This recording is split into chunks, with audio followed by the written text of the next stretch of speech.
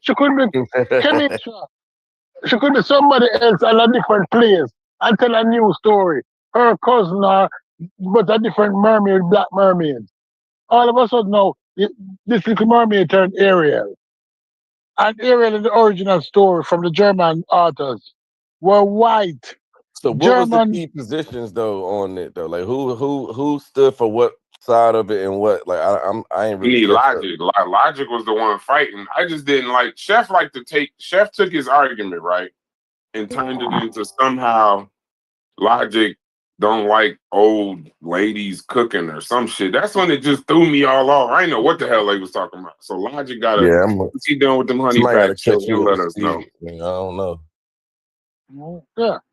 Yeah, we waiting on you, Logic, because I get it, but if it ain't, if you just mean Africanized as a term for black thing, then I could follow it somehow, but I don't really follow it no other way. Okay. Thank you. Yeah, So yeah. got you two donuts. Whatever African American do, or even the African diaspora, is gonna be Africanized because you Africanized American any damn way. So everything we do is Africanized. But don't we got to differentiate? Okay, so my question, though, Gullah, Yeah, would but I'm it? saying I thought they were saying it came from there, so that's why we should, I don't know, like it's implemented into our, like Some it, shit.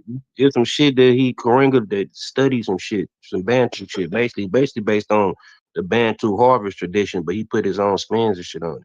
oh, okay, that make more sense. But that's what I'm saying. When we say Africanized, Africa don't celebrate Kwanzaa. Or am I being too literal? No, they Nah, they don't. don't. According to this, what I'm So, reading, they so say it they can't be celebrate. Africanized. I I know mean, it's too much to say African Americanized, but it yeah. can't be Africanized because I know they're not over there celebrating. I So thought this was purely like some African American shit. No. so look, Kwanzaa in Africa is a river, and Kwanzaa in Africa, and especially in Angola, is the name of their currency in Angola. Love it. See, so that's literally what you do. You bring that to damn near every conversation. Now I know Kwanzaa's a river. Didn't even right, know. not go ahead. I thought you were done. Go ahead. No, Oh, no, for no. sure, I'm yeah, done. I'm too. You chomping at the stop. bit I'm because trying to hear that what shit you kind of say. blew. That shit kind of blew me yesterday, right? So yesterday, so I mean not yesterday, but Kwanzaa by itself, bro. The whole point of Kwanzaa is to bring those African words that mean them, responsibility, whatever else Swahili, they mean. Right. Swahili word. That's what, Yeah, Yes, the yeah, Swahili that's what word. I it's know about. that much. Yeah. Right. So that's what it's actually about. So when I'm saying they trying to Africanize it, why they don't just say responsibility, right? Why they gotta say emotion? So it's something you acting like. I ain't gonna say you, but let's not sit here and act like there's a reason why they trying to use those particular words and those particular principles, right? yeah. So 'Cause somebody trying to learn an African language or something. You know what I'm saying? right, So, you're trying to Africanize it, yeah. right? We don't technically use the word umoja or whatever that is. You know what I'm saying? We say responsibility. So that's what I mean by you trying to Africanize it. And no, you know what I'm saying? That'd be kind of silly for them to try to run from. But Kwanzaa is some, not them. It's not his interpretation of trying to Africanize Christmas. Even if yeah, you read the article yesterday, the whole but some, point of it is to and some, give a version of it that's quote unquote untainted by white supremacy. You feel me? yeah, That's what that shit is all about. yeah. I feel So, you. so Yeah. what's the history on it? Anybody in a short, non-Wikipedia, non-Chat GPT? Yeah, So, it's a nigga from LA. Karinga, somebody named Karinga created Kwanzaa, correct? Or is that incorrect? Right? Yeah, Yeah, he, some Okay. professor. So why did he do he, it? He just did it, and we just ran with it, or what So was right the here what on was the the? Wikipedia it says during the aftermath of the Watts riots, as a non-Christian, specifically African American holiday, Karinga said his goal was to give Black people an alternative to the existing holiday of Christmas and give Black people an opportunity to celebrate themselves and their history rather than simply imitate the practice of the dominant society. So, like I said, it's just a alternate fucking Christmas celebration. It looked like. Yeah, because he think Christmas is a white holiday, even though it's a Middle Eastern holiday that white people use. But Yeah, he said he believed Jesus was psychotic and Christianity is a white religion that black people should shun. I don't know if this is his words, but this is on the Wikipedia. that's what he. Yeah, that's So the there was point. a time black people was against Christmas. I don't think that's what it's saying. I think Who was saying he Christmas is not a white holiday? Yeah, Who in here said they Christmas is not a they're white against holiday? white. this on the They're wiki, bro. against So you white know what I people. mean. I don't know what. Most of the conscious community is against Christian. They think it's white and shit, white Oh, holiday so he said shit. he was Man, them inspired. niggas, half the country community, 90. I say I'm gonna go further. He read about a Zulu festival and got 95% of the inspired. conscious community open gifts on Thursday. I promise you that.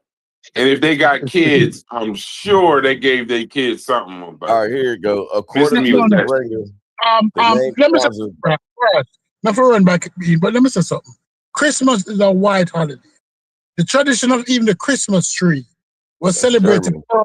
by Queen Victoria, German husband, when he brought the Yeah. tree. It's Japan. It's a Okay. white Germanium. holiday. And let So me it tell is you something celebrated. about that white holiday. Some of my greatest childhood memories is from that white holiday, bro. Yeah, but Well, I it is a mean, Hey, white I'm I holiday. don't keeping think it. it's a. I'm But do keeping you it. accept that it's a white Christmas holiday? is just like a I social don't know holiday. if That it's shit a ain't got white shit to do with no holiday, Stu. fucking. You making That it. I shit ain't mean, got you nothing to making do a with no great damn argument, but I Jesus don't know. or nothing. You're making a Christmas It is a great is social argument. holiday. celebrated. You I gotta was, say more than just Queen Victoria and all of that, and say yeah, white, but and then I'm gonna it, fall for that. I need it's more than that. the Christmas tree origins in Germany. I don't feel It like chatting. never, I you gotta can chat. check that. The Christmas tree is a Nah, You that is don't want to. German. You accurate. don't He's want to get accurate into the for that. origin of Christmas, bro. It's That's hard. accurate. You don't do that. But There's a we lot to it. gotta You gonna mess. we gotta be honest and say that shit ain't just about no Jesus and Christianity no more. That shit is a social No, it's not. celebration. But Yeah, it's from it's white definitely. people. We have to be truthful. We can't deny that.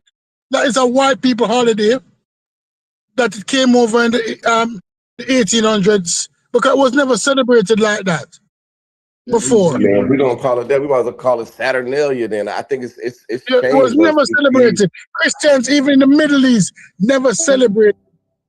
But It's if you when the even go to Europeans Saudi celebrate. Arabia, they had Christmas trees up in their house in Saudi Arabia now. Like, so it's not just a Yeah, Christian holiday.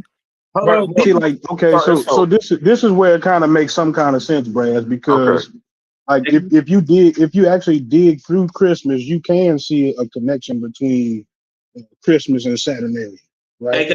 You can see this as somewhat of a commercialized version of Krampus and Black Pete. You know what I'm saying? So you could actually make a case for it's really some disgusting shit.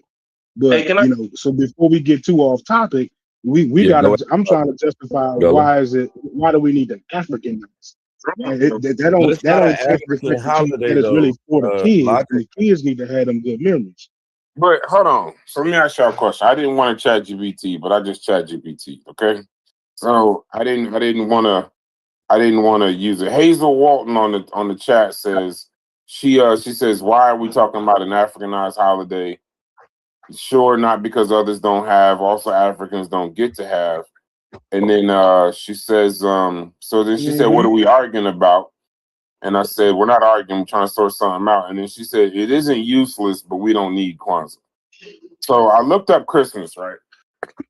It ain't an African holiday. It Why they says keep saying Christmas that? is not a white holiday, though. It's not. It's a Middle Eastern. It's a Middle Eastern Yeah, holiday. that's what it's about to go into. I looked It was it up packaged. already.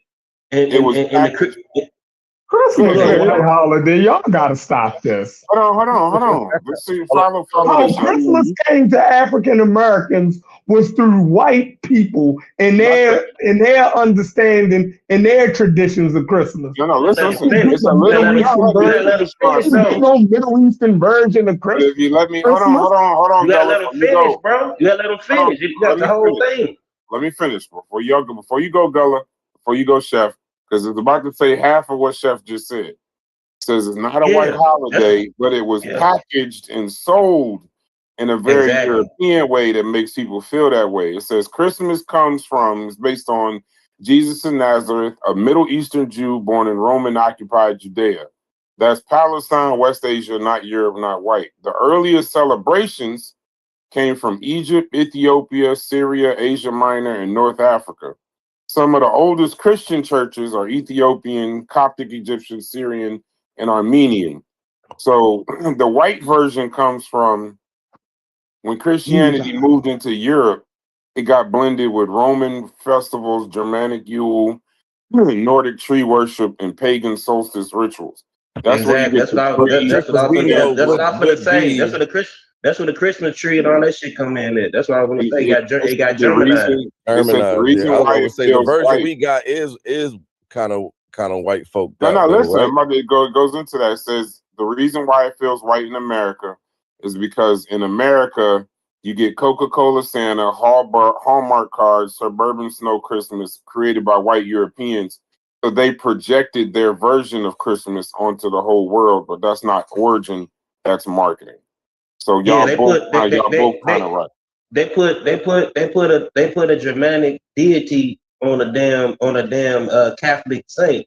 You know what I'm saying? That's Santa Claus. Santa Claus is basically Odin. Attributes of Odin put up on the damn Catholic priest that used to give out gifts. Because two P's is how they marketed it to us and brought it to us is white, but Christmas in itself is not a white holiday. But that's neither here nor there.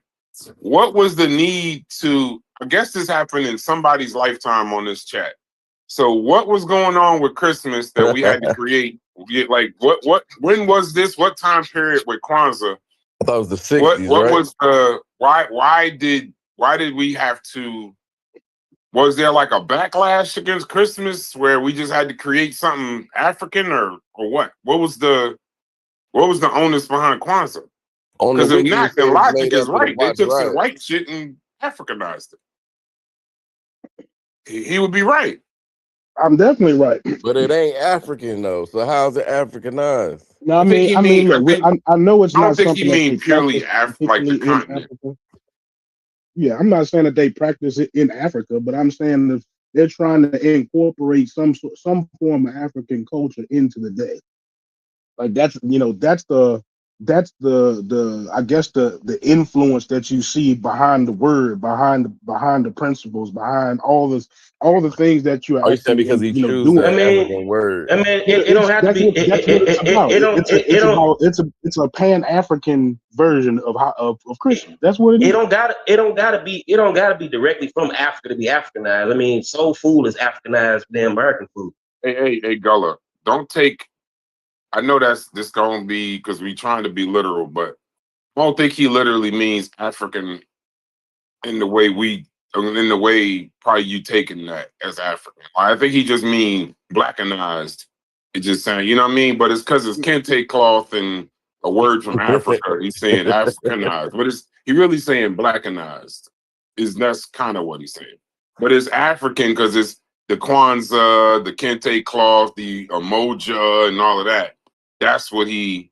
It's kind of like what the white people did. Hold on. It's kind of like. Hold on. I got a good point. It sounds like black people did the same thing to Christmas that white people did. Yeah. To market it immediate to all of us. Black people took Christmas and did the same shit. They did the same thing. They tried to like change it into something else. Yeah, black. Yeah, thank you very much. Slap a coat of black paint on that shit and send it to black people. Make you feel good. I mean, to me, the difference isn't you could blackwash. You could blackwash Santa Claus. You can get you a Santa Claus that's black skin. You can, you know what I'm saying? I'm missing something. You can listen to the music. You can listen to the music. I don't think there's a Claus. This is craziness. My mother has a you can. I don't think ain't nothing wrong with you getting no black Santa Claus, bro. But what I'm saying is, ain't no need for you to be speaking Swahili on Christmas. Yo, that's what I'm saying. Why not? It's the day after Christmas. What are you talking? Man, hey, Chef, my bad, bro. I didn't know that I was messing your Kwanzaa up, yo. Yeah, definitely. And the biggest problem is Chef candles. Pause. Let Chef cook. Let Chef, because he's the other person in the argument. Man, it's okay. And Sister Safa, The let him biggest spit it problem out. is we tried, to go historical and prove that what we celebrate as Christmas is not celebrating a white holiday and their traditions. Like that's crazy. And then to turn around and just shit on Kwanzaa, right? After you give Christmas a fact, you don't want to acknowledge that We it's ain't some white hungry shit. yet. You feel me? And the whole reason for Kwanzaa, right, was to give us some some Own our tradition. own traditions, right? Feel good? And y'all, what is Yeah, but you know what? that's This is what nuts. traditions. Wait. You That's what just said wait. traditions are for, though. This ain't the feel good. It's the shit on But it. To say but that here's the is to thing, though. basically Let them shit on vent. Let it them for no vent. Let them reason. get it all out. Let them get it all out. But ain't nothing Let 'em wrong vent. with feeling good, though. Like I don't get. Nobody I said don't. that, but hold on. Like Nobody that. said that. Y'all He see, said it this to is the feel part of good. the Yeah, I argument don't where y'all get. change it. I This don't is get. the part of the You're argument. saying Hold it Hold on. like on, one at it a time. don't Let mean Chef nothing. finish. Let Hey, Chef but finish. Chef, this is the Haskell. But this is the part of the argument. I don't want to change it. No, but there's nothing It's wrong still with up there feeling good. asleep. There's nothing wrong with feeling You good. talking But about we Cole over think there? there's Oh, I one don't I thing ain't know. that got no y'all problem said. with Kwanzaa. I just want to Hold put on, that bro. out there. I don't got no But y'all problem with it. said that we had Kwanzaa didn't. Y'all said he gave us back something. We didn't have Kwanzaa before he created it, right? Is this like a? Is this is a new creation? So Correct? y'all never heard of Kwanzaa. Y'all never been a part of Yeah. no Kwanzaa celebrations. This is Nah. just all alien to y'all. No, I I ain't didn't never say celebrated, alien. but I No. know See, there you go. I'm You aware of changing the it. argument I again. ain't never That's not. celebrated it though. That's the simple fucking question, bro. Yeah, I but you're said before asking he like from created Kwanzaa. Hold on. Before he created Kwanzaa, was there some celebration? Is What's up, it a bro? fruit of a previous celebration, or did no. he create They I the did. believe They you. did I character? have. believe you know Huh? more than what you're letting They on. No, I did. swear to God. Hey, well, okay, hold Hold on. I ain't on. gonna swear to Let God me today. answer. Let me I don't answer know shit Brass's about question. Kwanzaa. I don't feel like Let me ChatGPT answer and Brass. it's Let me fucking answer your Christmas. I question, believe Brass. y'all know more than this. I'm not. Hey, let me I just answer know Y'all about Brass's the being question. candles y'all and being funny. Oh God, bro. Hey, Here we Brad, go. slow down real quick. Let me answer your question, right? So I did read somewhere where they did have something called Black Christmas, and Uh-huh. supposedly it was similar to what we in the Caribbean call Junkanoo, which is kind of Jumping like it's like a syncretized type of West African mix with the local culture or whatever. They have people like on stilts, and they wear in. these type of flashy outfits and stuff. So I think they had something called Black Christmas in America, from what I've read. Did we celebrate? But I'm saying, did we have a celebration on December 25th or something in and around there that was similar to Christmas and it was rebooted as Kwanzaa, or did he just create Kwanzaa? That's my only question, Oh, bro. I don't know the answer to that one. Right. Okay. I didn't think it was that stupid of a question, but apparently it was. Because I feel I like he don't just know created nothing. Kwanzaa. I know the word. I know you celebrate it for 7 days, I I know you think. burn some candles or something Yeah, like I know that. it's Moja and all of that, but I don't really know that much about Kwanzaa because we never celebrated it. I've never celebrated. Now here's the thing, we've had assemblies in school where they brought up Kwanzaa, and I remember the kente cloth, the orange cloth. But that's really, other than that, I don't know. Somebody was in here educating us to what it was, but it really just sounds like what logic is saying.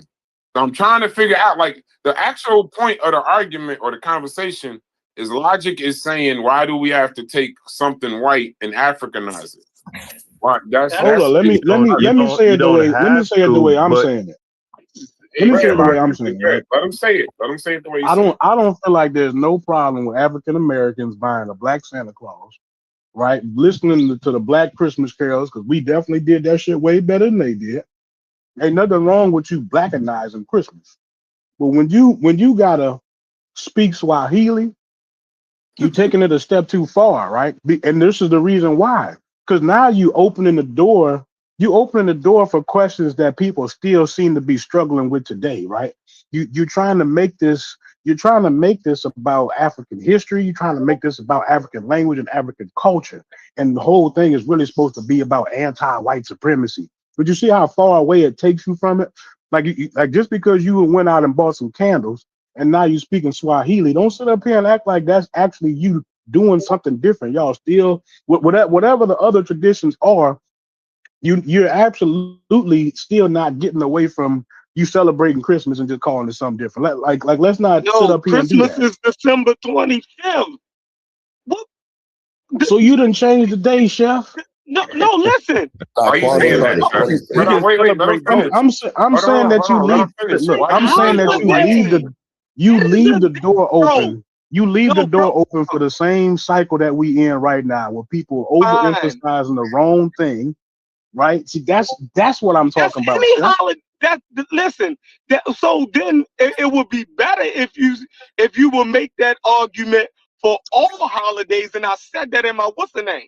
If you have the same contention with all holidays, meaning they could be rendered, the original meaning can be rendered useless, right? And commercialized. If you have that same sentiment for all holidays, then it would be warranted. But to just target Kwanzaa when Kwanzaa is not Christmas, right? Christmas is December 25th.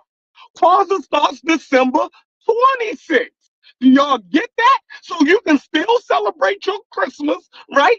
And then you can have your Kwanzaa celebration right after Christmas. So you don't have to get rid of one. If y'all love Christmas, I love Christmas.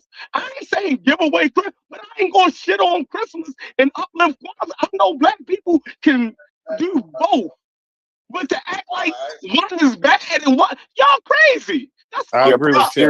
I agree with Posterius. Chef. Yeah, Posterius just said Kwanzaa is secular. Merry Christmas, Pos. It says Kwanzaa is secular. It is not a new creation, but a festivity and principles. It is not anti anything. Brass, let me tell you something. Let me say something, please. The mere fact that Kwanzaa start December 26th, December 26th for the European and the English, known as Boxing Day. Boxing Day is the day after Christmas that you box up the food that you couldn't eat that was left, and you carry it out and you give it to the indigent, the homeless, and the destitute. So you start a holiday on December 26th, not realizing the historical of what December 26th represents. On December 26th is still Christmas to the European, especially the English, the Canadians, nearly 100 countries that the English occupy. The Americans don't use it. Trump is considering making it a holiday also. December 26th, Boxing Day, when you box up all that food that you couldn't eat that you normally throw away and give it to the less So this brother, fortunate. so So this this brother brother who, on holiday on So that's Boxing Day. giving back to the community. That's what Kwanzaa yeah, is about. so this brother was he know that black people was already is the holiday season, right? So now he got to take into consideration, right, that Europeans already got holidays in this season. We Negropeans, so we already in the holiday spirit, so he can't make nothing around that time specifically for us because white people got holidays around that time, and Who's you talking somehow he's about when you say this brother? You talking about Karinga? yeah, Karinga. Okay. You know what I'm saying? Like, and then what Brian Logic say, you know, the different days and using the Swahili words. Like, yo, I'm trying to figure out what's wrong with Yeah, I don't got that. an issue with that. Right. So because what Hold on, I can said I is read we this part? already This from have his book. our This from own Karanga version book. of Christmas. You He trying to said act like Kwanzaa was not It's created. not even Christmas. you acting It's like not it's not Christmas. something Hold even on, more let's read different from than that. Karanga himself. He said Kwanzaa was not created to give people an alternative to their own religion or religious holiday. Many African Exactly. Americans who celebrate Kwanzaa do so in addition to observing Christmas. He said he didn't want to alienate practicing Christians, so he actually changed his position once it kind of gained mainstream attention. So he So So flipped it. ignorant. Hold Hold on. on. Wait. Said so. Ignorant question. it's on the Ignorant. Wikipedia, No, so I no, no, don't know no. about Okay, no, no. actually. I get it. Ignorant question. So it was created for the world, or it was created for African Americans? I will say African Americans according to Okay, this. so if it was created for African Americans, then and here's the ignorant question: why are we speaking Swahili? Why, or am I saying that wrong? It's trying to connect you back to your Africa. African roots, Okay. right? Like Okay. we had traditions and celebrations before we came in contact with slavery. So how I'm trying to figure out in what type of warped brain can you just start to say that something is wrong with that? I just like then read the principles. Like what is bad about it? Can y'all just read the principles and tell me, say, yo, I can't fuck with that. Like what part of it is fucked up? Chef, can I ask No, Chef? listen. Can I say Hold up a something, Chef? second, bro. Hold on, You no, got. it's two P's. Let Logic get his shit off, and then come in. Let Logic get his shit off. Then which one of those principles would you say you shouldn't be teaching children, or wouldn't be good for a community? No, hold on. Let him go, Chef. Just be Let him go, Chef. Let him If go, you show Chef. me something, Chef came ready to fight. Yeah, Chef ready. Chef, Yeah, he's swinging. Chef was pissed off yesterday. He's He swinging, just didn't bro. want to respond. He did this morning. He just stayed on it. But go ahead, Logic.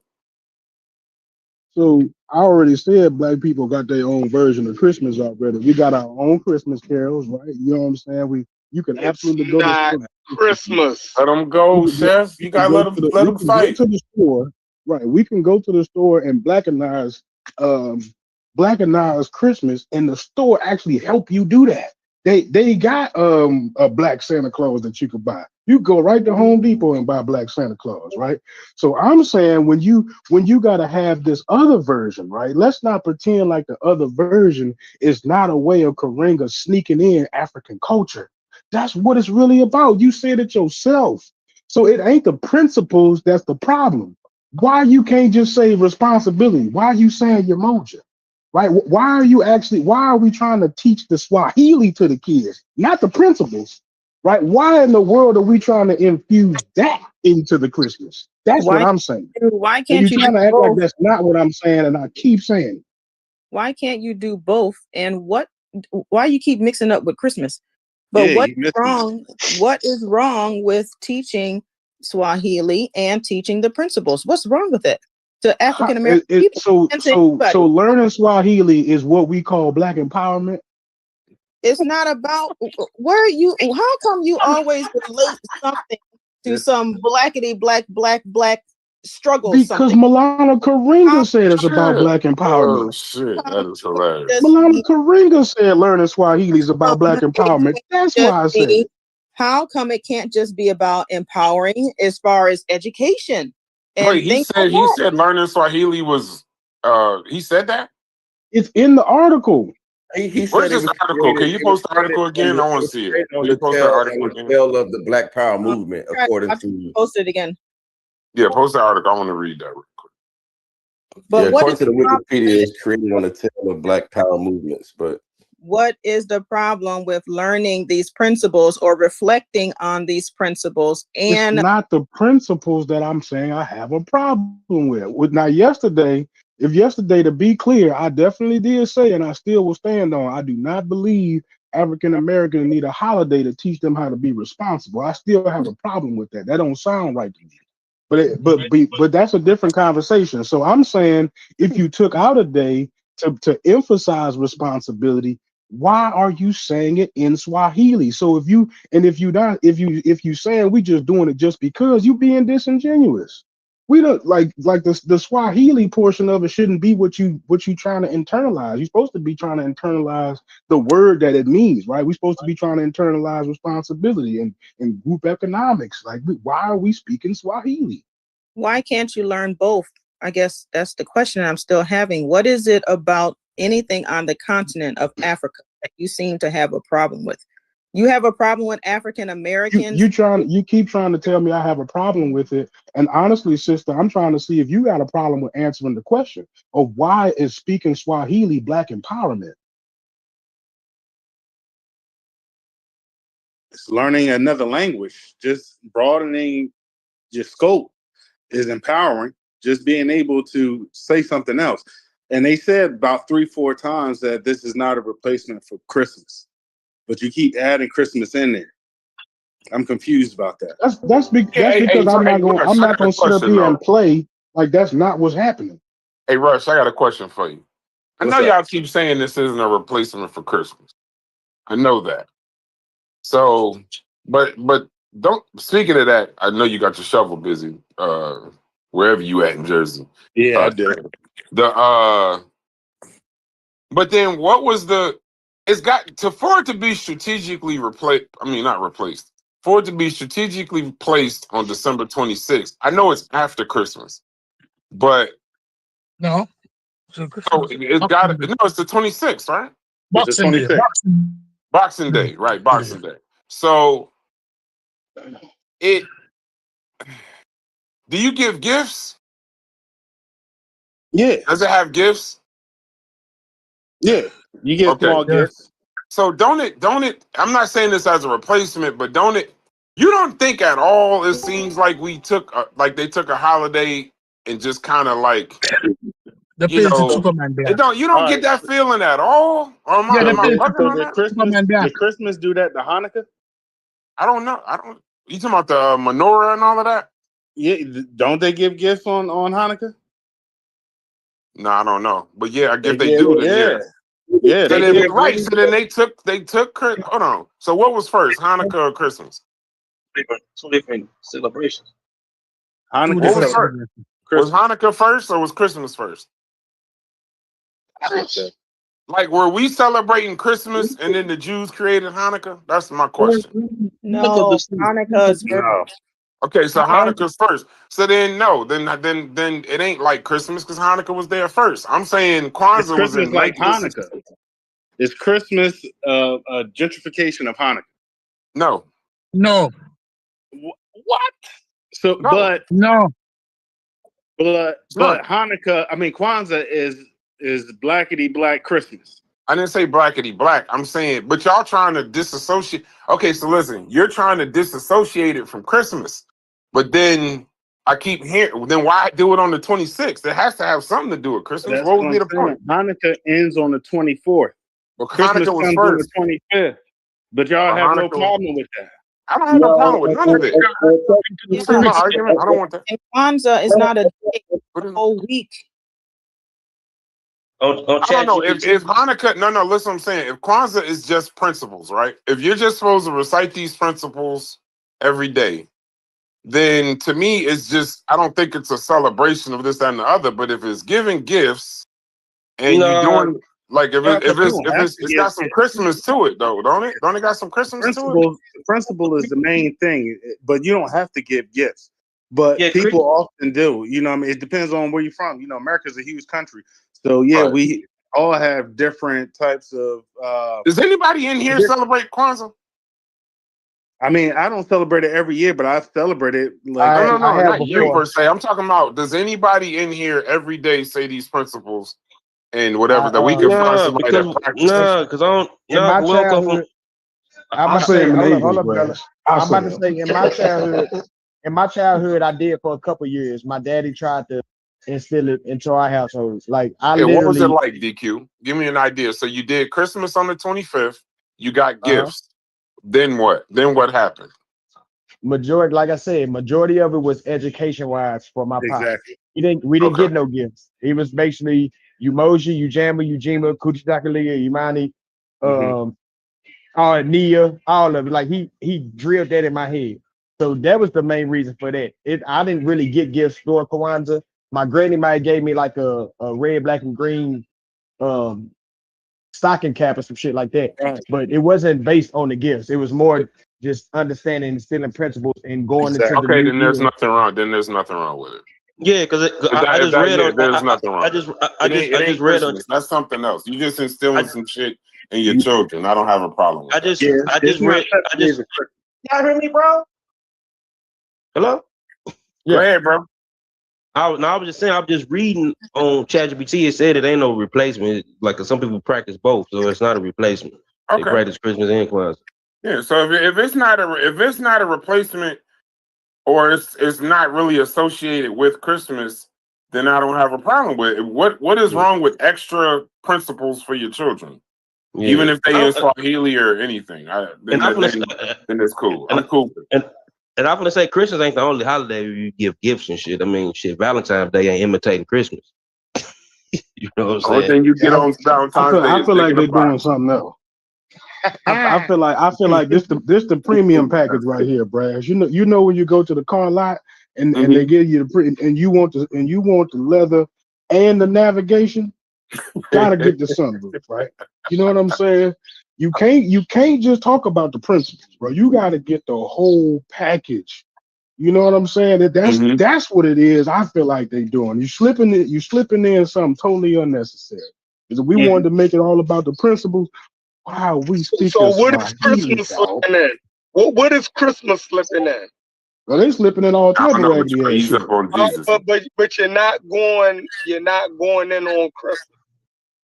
So you can admit that Christmas is slipping all kind of shit in. You ain't really defining what Kwanzaa is slipping in. You just suspect it. I said that they slipping in African culture.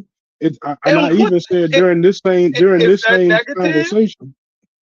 I said during this same conversation, right, that it ain't the principles that seem a little sketchy to me. It's the fact that we talking about African culture and speaking Swahili. That seems completely unnecessary to me. And at the end of the day, right, I'm trying to ask y'all to draw me a straight line between speaking Swahili and Black empowerment. Is it necessary for an English-speaking Muslim, right, to know some Arabic?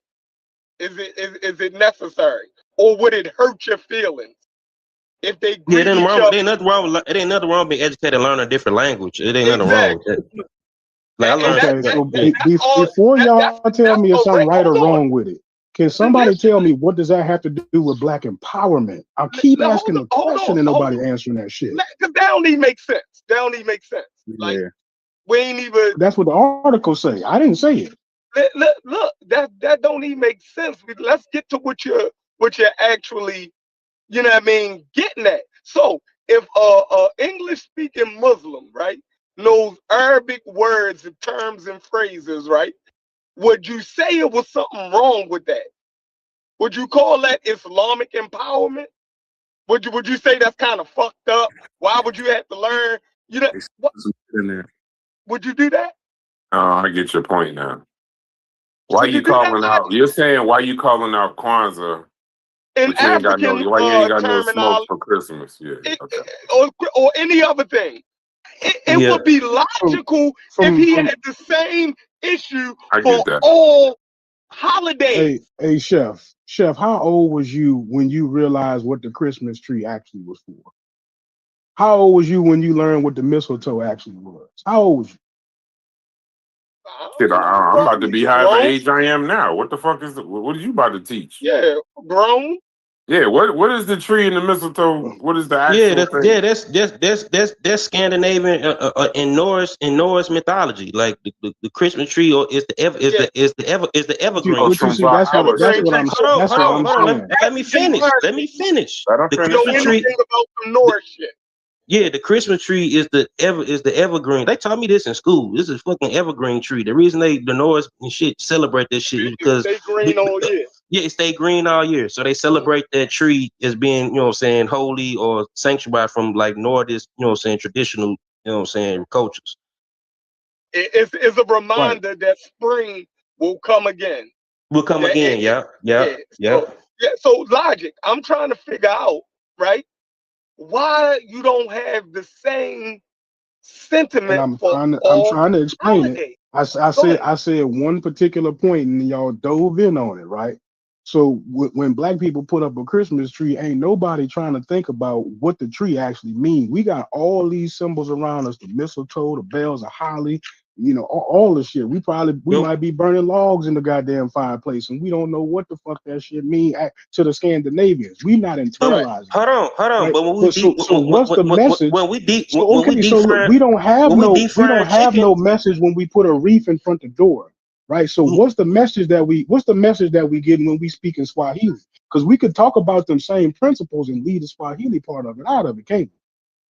Yeah, but you can't talk about the evergreen tree and Christmas without leaving out the European words and language. You feel me? Brad's been doing it for almost 40 years now.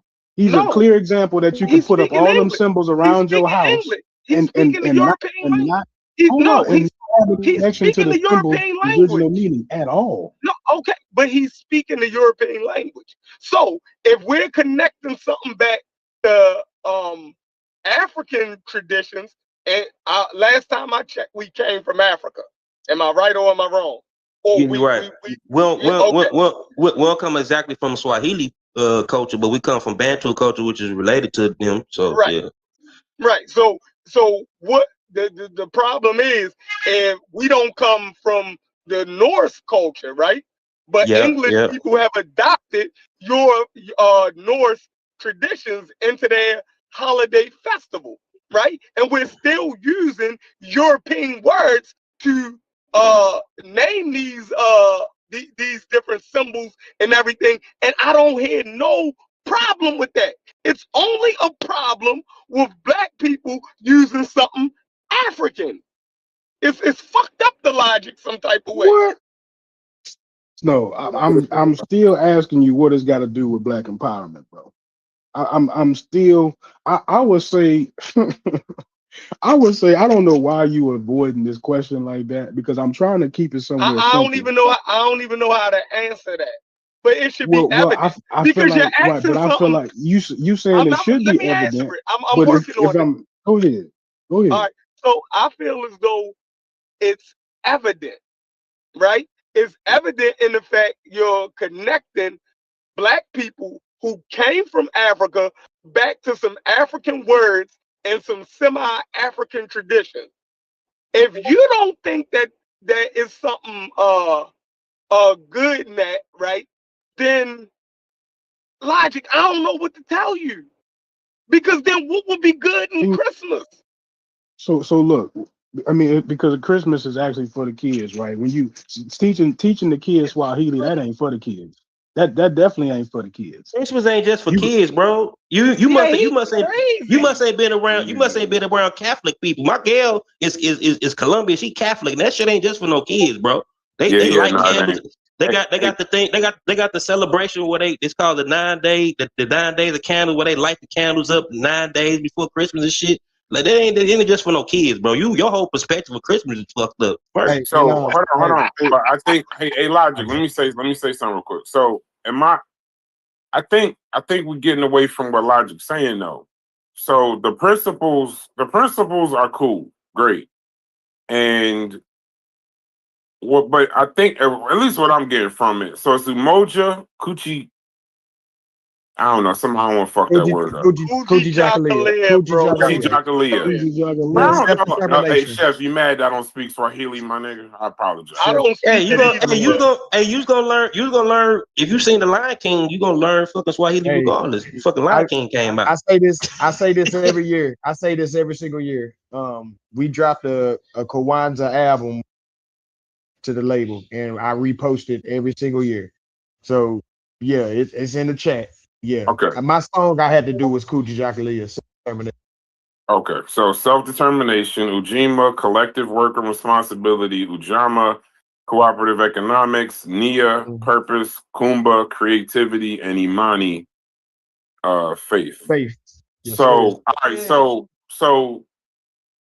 Logic. Here's my question to you. There's nothing wrong with teaching kids principles any day of the year. So that's where I stand with it. I don't disagree with that. No, right. But here's my question though: Is your issue that because it's Karinga, so that's like a black nationalist or Pan-African? It's one of the two or both. Are you saying that it's promoting the principles, but it's really like a dressed up cosmetic kind of cultural black nationalism or something like that, and you don't agree with black empowerment in this way without it being real, like voting or economics or something like that? That's exactly what I'm getting at. Okay, right? And I got your point. That's exactly what I'm getting at. And then because you introduce it in that particular way, you put up there's another thing that you're doing that gets you further and further away from actually addressing this shit. Right, from Like actually getting the empower, from actually getting the power to you the looking empowerment, for. right? Right, from So actually now, getting the so when power we you looking fool for. ourselves into believing that learning Swahili is the empowerment, we start moving in the wrong direction when it comes to what actually empowers us. Oh shit. Okay. Like, that's what I'm keep trying to say. You know what I'm Well, saying? I don't know why the I was just that got in the unclear the whole building to time. come in here and cuss you out. So Yeah, before you you better get start, cussed out. before you start your shit, The Reggie. Bronx. Yeah, the Bronx is here. Before you start Reggie your better shit, send me Reggie. my money before he cuss me out. Southside Hey, Bronx. It's Reggie, Christmas time. It's before you Christmas start your time and shit, I Kwanzaa want to time and say everything. Merry Christmas or Kwanzaa. I don't want to offend you, but Happy Go ahead and talk, Holiday. I'll Reggie. just say Happy You owe me a Holiday. cheese. Y'all done ran Reggie off. No, he'll be back.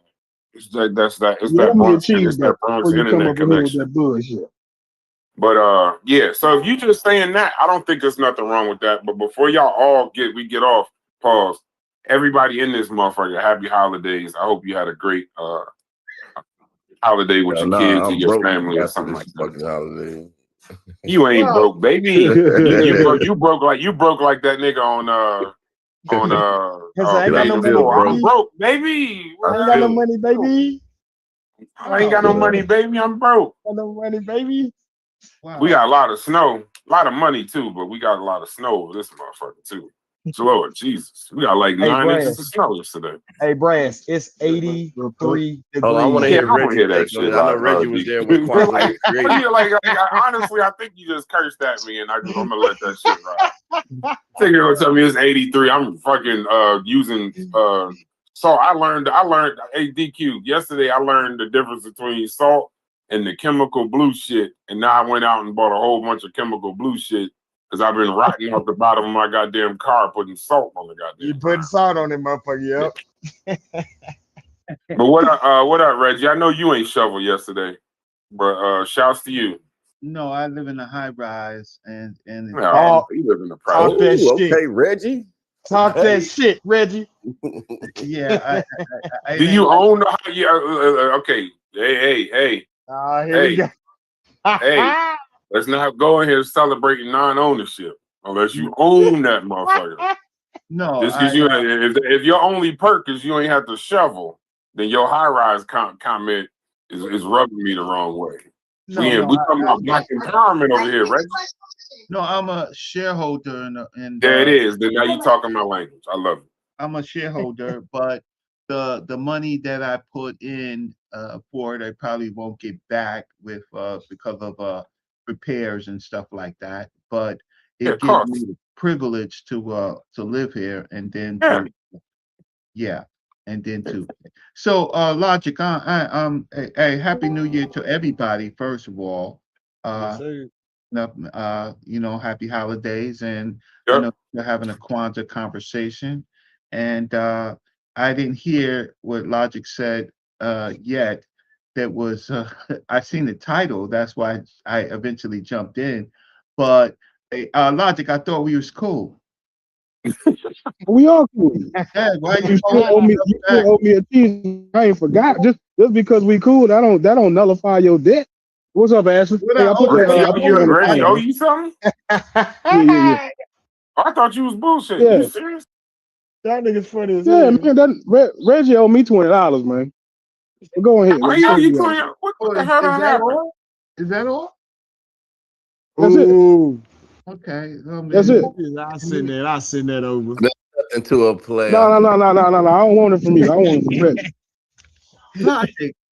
But anyway, go ahead. So this is what my point is, Reggie. Yeah. So my point is that I feel as though the biggest problem with a lot of these conversations is that we end up with some sort of distorted view on how to empower ourselves.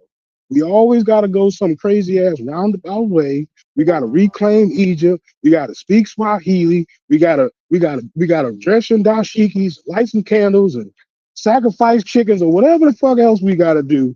We got to do all that kind of stuff instead of actually figuring out, you know what I'm saying, the good shit, the real shit when it comes to empowerment, right? So in this particular case, speaking Swahili has become the distortion.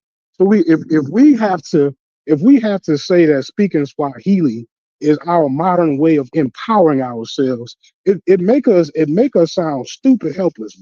And it make it sound like we going in the wrong direction when it comes to empowering ourselves.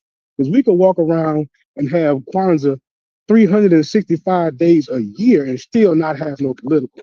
And still not necessarily be practicing the group economic stuff that we talking about. We could be wearing all the dashikis and the whole hood could smell like incense and it not mean a damn thing. That's why. Okay. I got your point, but I want to talk about culture. We are fragile people.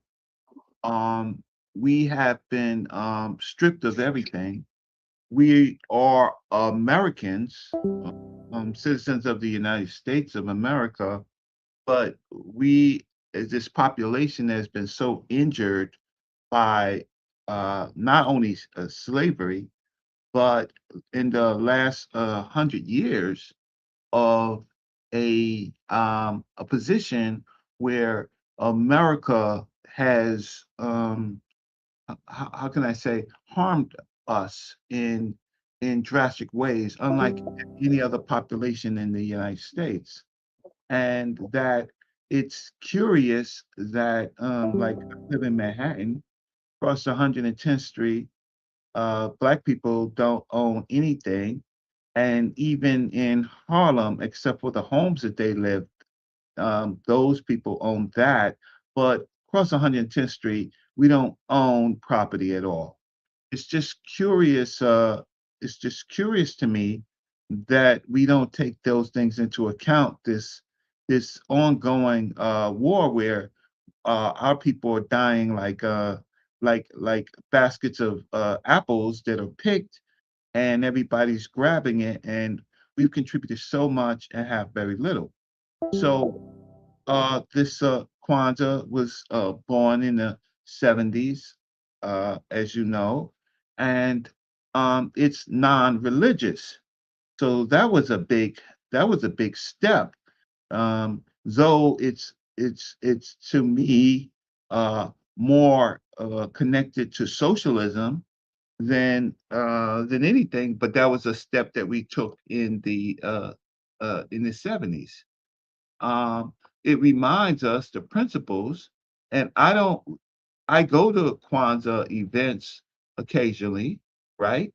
I don't necessarily celebrate that Kwanzaa, but I don't have a big problem with people who celebrate because um, the principles are basically into Renaissance, collective work and responsibility, um, uh, and things like that. I can name them all, but the issue is okay. What do we have?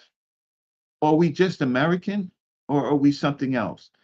That's the first thing I just wanna ask you. Are we just American? Because America doesn't see us as American, Hey, right? I got you, but you redirecting the conversation. I'm saying now I'm trying to get somebody to draw me the straight line between black empowerment and speaking Swahili. I feel like that's still a simple question, and it's apparently So it's Logic, is your self-evident and gripe obvious. with the words, the wording that was used, like No, the language look, that was written? my specific gripe is that the biggest problem, right, is we always trying to enculturate, right? We always trying to emphasize African culture and then call it empowerment. And I'm still trying to ask, where's that street line? Okay. Well, I'm still again, saying, I'm still asking. and Identity is empowerment. Even learning a different language is empowerment. Like even if it ain't Swahili, Yeah, should more be information is never. Spanish and English. It is empowerment. Because motherfucker, you can speak some shit other motherfucker ain't speaking. Know what you're talking about. And plus, Okay, so let's talk about more information about what, right? So okay, so speaking let's take out Swahili, right? Swahili. Let's take out the Swahili, right? Okay, I get that. What we can't take it out because that's what Kwanzaa is. Wait, hold on. Wait. So I know your throat doesn't kind of gel well with coochie chakalia, Hey, right? pause. Right. Yo, I mean, pronouncing. Let me just be clear. pronouncing Kuchichakalea. Okay, let's just take that out. Let's just talk about Ujima, right? Well, let me just not even use those terms. Collective work and responsibility, is that something that we should have on our minds?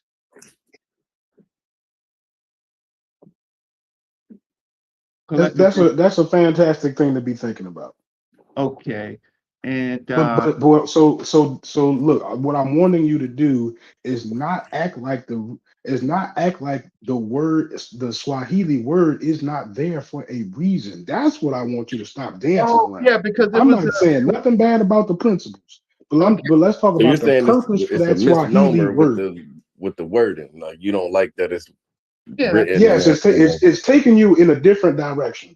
And maybe that's what we need to be talking about. But don't ignore that the word is in Swahili for a reason. No, it was written at that time period because that was the radical 70s. And that's something about something that bleeds into our history, understanding the times that we were in. And so, okay, we have an agreement that that collective work and responsibility, right, is what they meant, and they just named it that because that was a part of the times. Fair corporation, that's another one. I'm not going to mention the no longer the Swahili. What about purpose? What about creativity? What about faith? What about the other principles? Well, those things, if we take out the accoutrement, right, the shiny necklace, which, or not so shiny in your terms, right? To speak in Swahili, which is far from African American culture, but now it is part of African American culture, right? It is part because it's part of our history. So we can't pick and choose what our these are these are not even our grandfathers, these are our parent people, because this is just a close generation as to our parent generation, right? This is something that they decided amongst themselves to do. So the thing about it is, up until this time, everything was religious. This was a break from religion. It was a break. It was how can I say, mapping these terms onto things that we actually need.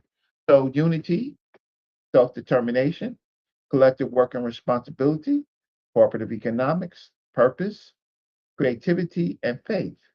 Those are things, if you just take out the Swahili or take out any other African word that means the same thing, we still struggling around unity, self-determination, collective work, and responsibility. It was just fashionable. It was like, maybe like you said, a dashiki, uh, an African cap, a cane, right? Some of the other things that we do, but African American culture is very diverse, right?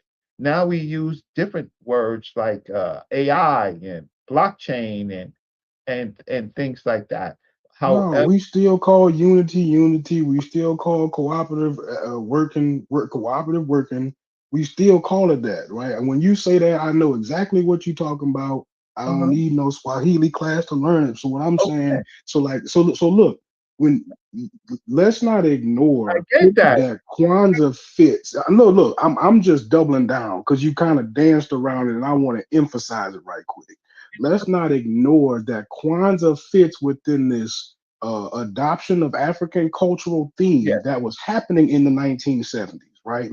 Let's not ignore that. That the reason why the Swahili is in there is because they were trying to stimulate incorporating as much African culture into African American culture as they could. That's exactly why they did it. So when I'm in 2025 saying that that's the part that I have a problem with, why is a fucking problem by learning some African shit? That's why I stupid can't as have a fuck. problem with it? Why I can't have a problem You with it? slow, bro. So you straight up slow. No, nigga, you Like slow. even nah, you Your really ass really is slow. No, you really slow. Anyway, motherfucker, Swahili. Most of the Swahili words link back to Bantu words. Some of the West African Bantu words. When you go to work, do you speak Swahili? Who do you speak Swahili to? I speak Spanish and English when I go to work. I speak two languages. I asked you about Swahili. That? You speak one. I asked you about Swahili. It don't have to be Swahili. Some people might work with some Africans that might speak Swahili, a different language. It don't matter. Everybody don't work your job. People work different jobs. It is some companies that work. It is fucking companies. I ain't asked you about your lunch taco order. I asked you about Swahili. It is people. It ain't about no taco order, nigga. I work in construction. I build generators, nigga. Anyway, motherfucker. Yeah, I know you order horchatas at lunchtime too. You speak. No, I don't. No, I don't. I speak Cuban Spanish, nigga. I don't speak Mexican Spanish. I know you ignorant as fuck. And plus, it might be some people that actually work with motherfuckers from Kenya. They got business partners from Kenya that might learn Swahili. That might want to learn Swahili. Niggas be ignorant as fuck. You ignorant, bro. I asked you who you speak Swahili to. You told me you speak all kind of other shit except Swahili. And you talking about I can't have problems with it. That ain't my point, bro. You being ignorant, bro. That ain't my point. It's because your slow ass ain't listening to what the fuck I'm saying. No, you're being ignorant. You could have stayed out the conversation. Me and Reggie was talking. For real, nah, bro. Nah, I could be. If we some fucking open room conversation. You sound slow as hell, bro. No questions are slow. I think you sound slow as hell because I'm asking you a simple question of who you speak Swahili to, and you said you speak Spanish. I said nobody. I said, but people might work. I said, but people might work with niggas from Kenya. Niggas might. I live in Houston, bro. You go sit. Do you go sit that? You go sit that they take us speak Swahili to? Me, bro. I said people, bro. It don't gotta be me. No, I'm asking about you. You talking about me. You talking about the language. And I get paid. Guess what? I get paid. I get paid a little bit more when I speak two different languages at work. How about that? Hey, Logic. I don't think the idea is for us to be. I don't believe. To speak it fluently. Nothing wrong with learning another language. How to speak Swahili fluently. Niggas want to stay stuck on stupid. They use the word. It said breeze though. It said breeze. You don't get the. Oh, I'm playing Arc Raiders. You don't get the whole frustration with one more thing that's supposed to bring us empowerment, and it ain't actually gonna bring no empowerment, bro. Y'all don't get nothing to what he's saying at all. Nothing. I do. Nigga ain't logical. The most non-logical nigga in the room. The more we talked about it, it reminded me, like I've been living where I live the last 8 years in my apartment. My neighbor, she's Chinese American, and she celebrates the regular New Year here, goes out on Fridays and Saturdays to the bars and clubs like everyone else. But I know she used to invite me over towards the end of January to her crib to celebrate Chinese New Year. Now, I don't think she's trying to be, fully doing her Chinese thing, but it's that's something that they celebrate within their culture because she also is Chinese American. So I don't see what to be the issue if we incorporated something like a Kwanzaa. No, but hold on. But here's the thing. I think what Logic's saying, you missed it. Not you missing, but the second part of what he's saying is that it's one more thing that is somehow supposed to lead Black people to empowerment or give them some feelings of Black nationalism or Pan-Africanism. And it's just another thing that ain't doing neither. That it don't. At the end of it, we feel better. At the end of it, we're celebrating some shit. But in actuality, it's just a celebration. Just call it a celebration. You don't got to call it Black empowerment or nationalism or Pan-Africanism. It's just a celebration where we get some education. But I don't know. What he's saying is, where's the empowerment? It's just marketed as a celebration. And there's nothing wrong with that. But I mean, that's what all celebrations are. About no empowerment. I'm just saying, learning another language, period, is empowerment overall for any human being. I don't think learning a couple words, 7 words in Swahili. I don't think it's trying to learn Swahili. That's not the purpose to make it trying to say it's Swahili. That's not the purpose of it. Okay, so I got. Okay, I'm working with Logic. At least want to work off my $20 debt to Logic. y'all gonna explain this debt at some point because y'all confusing the hell out of us. But go ahead. Well, no, it's simply he's no. You ain't gotta do it now. Finish your point. I want to hear your point. Okay, so we have very little in our culture. In our culture, I'm talking about a culture that talks about anything empowerment, anything. That's not except for rap, or which is down the drain. Music is down the drain. Sports is down the drain, right? Um, Nobody wants to hear about the Black City Plan. That's down the drain, right? Um, so this is something that already occurred in the 70s. Now, for a new generation, uh, that's their decision as to how much. But I would rather them, of course, deal with empowerment. So I'm not opposed to that. But for example, if Logic goes to the Geechee people, he won't. They have a whole language that's Black American, African American, and there's a whole bunch of terms and saying and phrases, and that's Black American. It doesn't lead us necessarily to a whole group empowerment, but it is something that's treasured. It's something that these groups of people along that shoreline, right, use to empower themselves. It may not be for all. It was their own secret language, right? Uh, Speaking America, English is a is what we do, and we should do it very well. We find that most people don't even know definitions of terms. Um, what I tried to say is that when Kwanzaa was created, it came with something else, which was Kawida theory. Kawida theory was Malana Karenga's uh, program, and then this was just kind of like the holiday. He really wanted the people to understand his program, which again had a Swahili name, but it's Kawida theory, but it's part of the diversity and history of our people. But where else are we talking about unity? What else are we talking about? Faith, right? Collective work and responsibility. Those things, those terms themselves, um, we need to find vehicles because we are so divided. Most of us, listen, we come together on this channel. Well, we don't really come together because we have diverse views.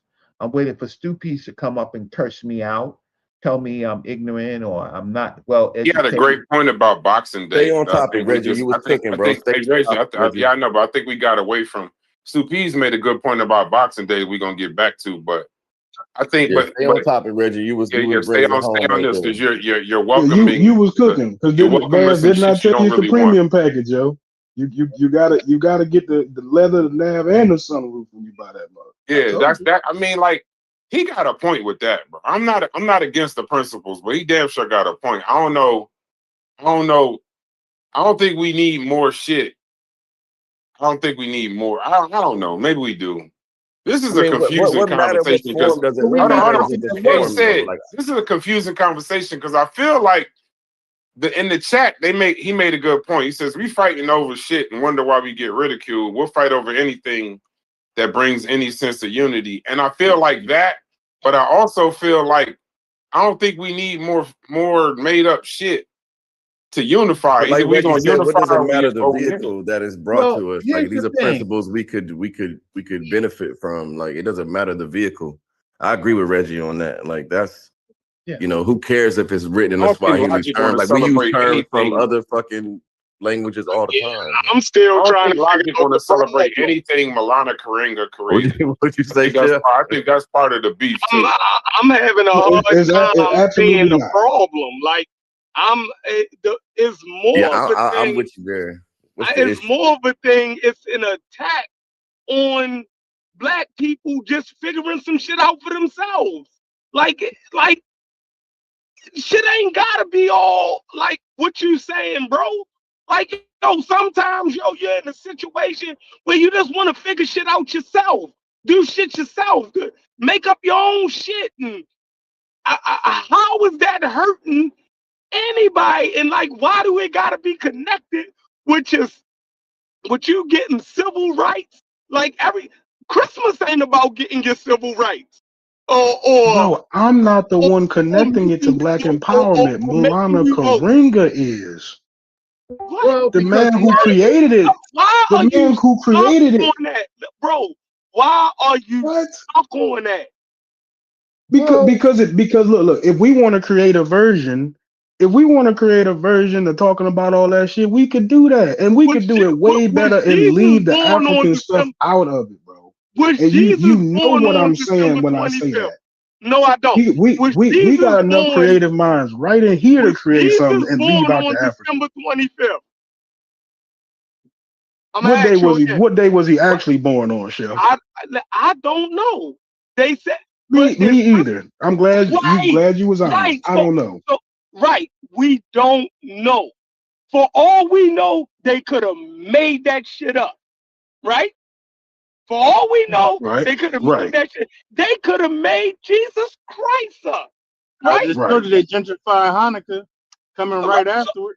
So I'm trying to figure out holidays is made up. It's made up shit, right? If you had the same sentiments for all of them, I would say I'm with you. But you're just attacking this, and now you're saying, what's the point? I left the principles in there. Empowerment right part. now we talking about the Swahili. The empowerment part in the Swahili. So you just nitpicking.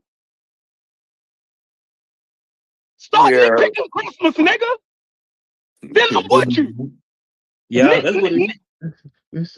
Yeah, but Easter ain't even the date of crucifixion. Is Christmas is about what y'all Saturnalia, that's the sun, and Christians just said not sun, the sun. And because Jesus is the light of the world. Holiday. And Christmas is still a beautiful holiday, and I ain't never know nothing about no goddamn Saturnalia. My family get together, right? They eat, they exchange gifts. That's all Christmas. See, it don't have to be everything. For Brass, it might be Jesus' birthday, right? It might be to celebrate his Lord and Savior, right? But to other people, it could be about this. But ain't nobody going around nitpicking saying Christmas, we don't need Christmas because it don't align with the truth and No. Why we gotta do that for Kwanzaa though? But if I was that type of nigga who had a problem with all holidays, then I would say if his beef with Kwanzaa and he had those same beefs for all other holidays, then I would be like, Logic, that's just you. I get, but you're selective because you just got a problem with black people doing some shit, yo, and that's fucked up. No, yes, it is. I hate how you trying to take it that way, right? Now I feel like I really wish we had just let Reggie keep talking, yo. Reggie, you still there? Tell us about that program. Tell us about tell us about that program. You don't listen to good brother Reggie, man? What's wrong with you? No, I don't listen to Reggie. Reggie, tell us about that program that Milana Karinga had linked to Kwanzaa. That's where the meat and potatoes is at, because we trying to dumb it down to it only is this and it's only that. Nah, let's actually get to what he really talking about. What is he really trying to tell us to do? What is he really trying to tell us to do? No, say it got African words in it. That shit useless. Like that's crazy. No, that's not what I'm saying. That's not what I'm saying at all. Why you doing that? Yeah, you doing it. Yeah, you doing it, bro. Yeah. What he's saying is like, let's get some. What he's saying is you made some stuff that's like Christmas. You calling it empowerment. You using African words to Africanize it. Using this, that, and the other. But hold on. But Chef, what he's saying too is at the end of the whole thing, it ain't led to or is gonna lead to an empowerment. Now I understand where you going.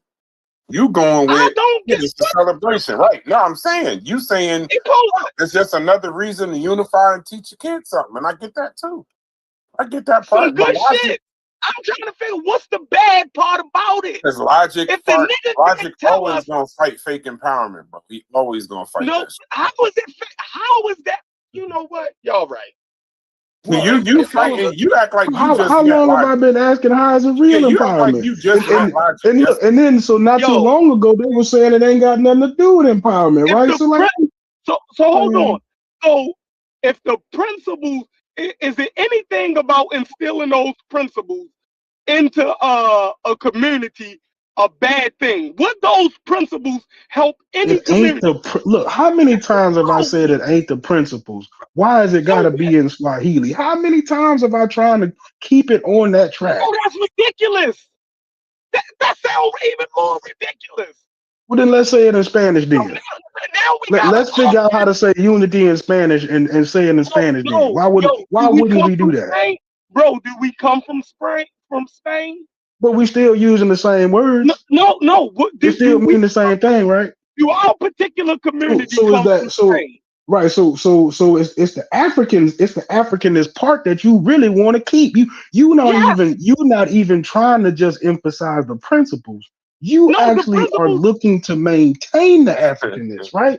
See what I'm saying? See, like, and then when I say kind of a logic. Hey, hold on, argument is a little. Real quick. Hey, Chef, can I fuck up this holiday for real?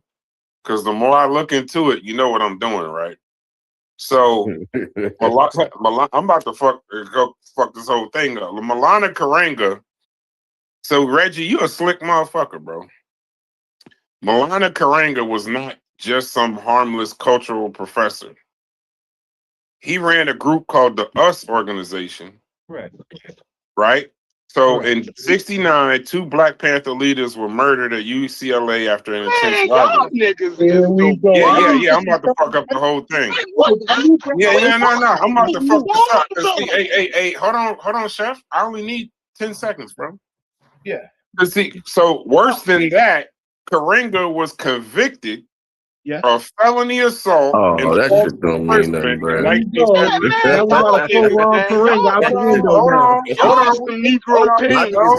is having a semantic argument. Hold on, say it.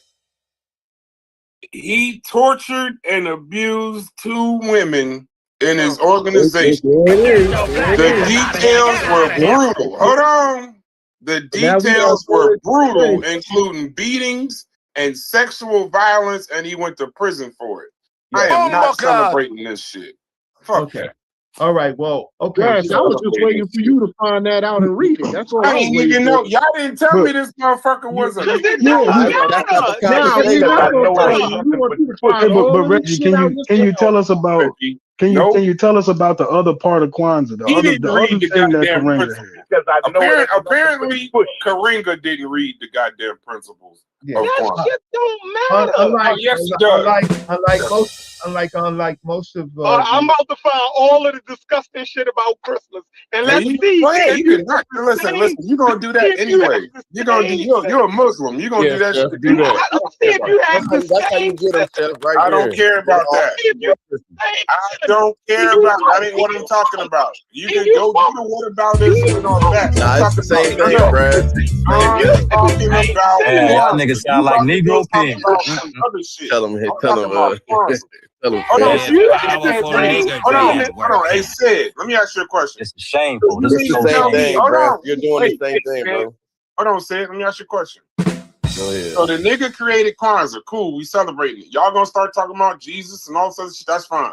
I'm talking about Kwanzaa specifically, the holiday. So you have no concern. I just want to be clear. You have no concern, no issue. It don't bother you at all. You jail for it. And breeze. And then I'm gonna ask you. Nah, I don't. I mean, because you counter yourself. No. Oh God! I done sat in this room. Remember, I said earlier when we started the conversation. Chef wasn't here yet. I was like, "What is about the principles in a holiday or the man?" Talking, Chef. Which one? No, my question is, I said, wasn't he a gangbanger or some shit? Because I remember him from the Bastards of the Party documentary.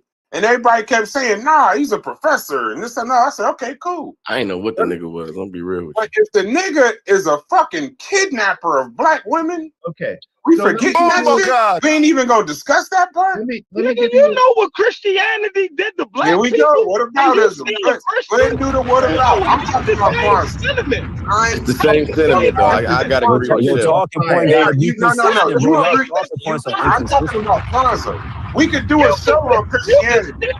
We can do a show on Christianity whenever y'all want to.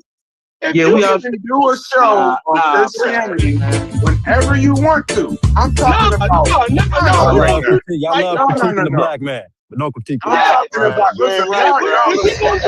We gonna keep Logic, I see exactly. Y'all ain't right. Y'all ain't right. You see how when it get a You little and crazy, Logic said y'all was a Afrocentric. particular You way. and Logic said y'all was Afrocentric. They gotta paint it like that. There's some more shit. They don't have to address what I'm saying. Can I add a couple of things? Y'all got it. A couple of things. Okay, you told me the man was a professor. Okay, Hey, Reggie. When you tell me about a person's life, Christian, Chef, I'm not after the Papal Bulls Reggie, and all of that no, I don't hear nonsense. about no Papal Bull. Y'all start talking about Papal Bulls, I'm gonna end the stream. You don't even care. What I'm saying. When y'all motherfuckers talk about It is a contradiction. It is. Reggie, when you describe a person to somebody, Reggie, I know we in the conscious community having this conversation, Reggie. So Reggie, when you describe a person to us, right? Don't start with he was a professor at school. And Karinga, him kidnapping women, sexually violating them in the brutal beating on top of him being a professor. Come on, y'all. We was doing good, man. We was doing good, but the nigga in the back of the classroom. No, because I can't let y'all get away. You don't let nobody do anything. We're grown. We're not letting anybody do anything. We're grown. We are all talking to each other. You think you just letting somebody talk. That's not how that plays. That's right. That's not how that plays. Nobody. Okay. Can I talk?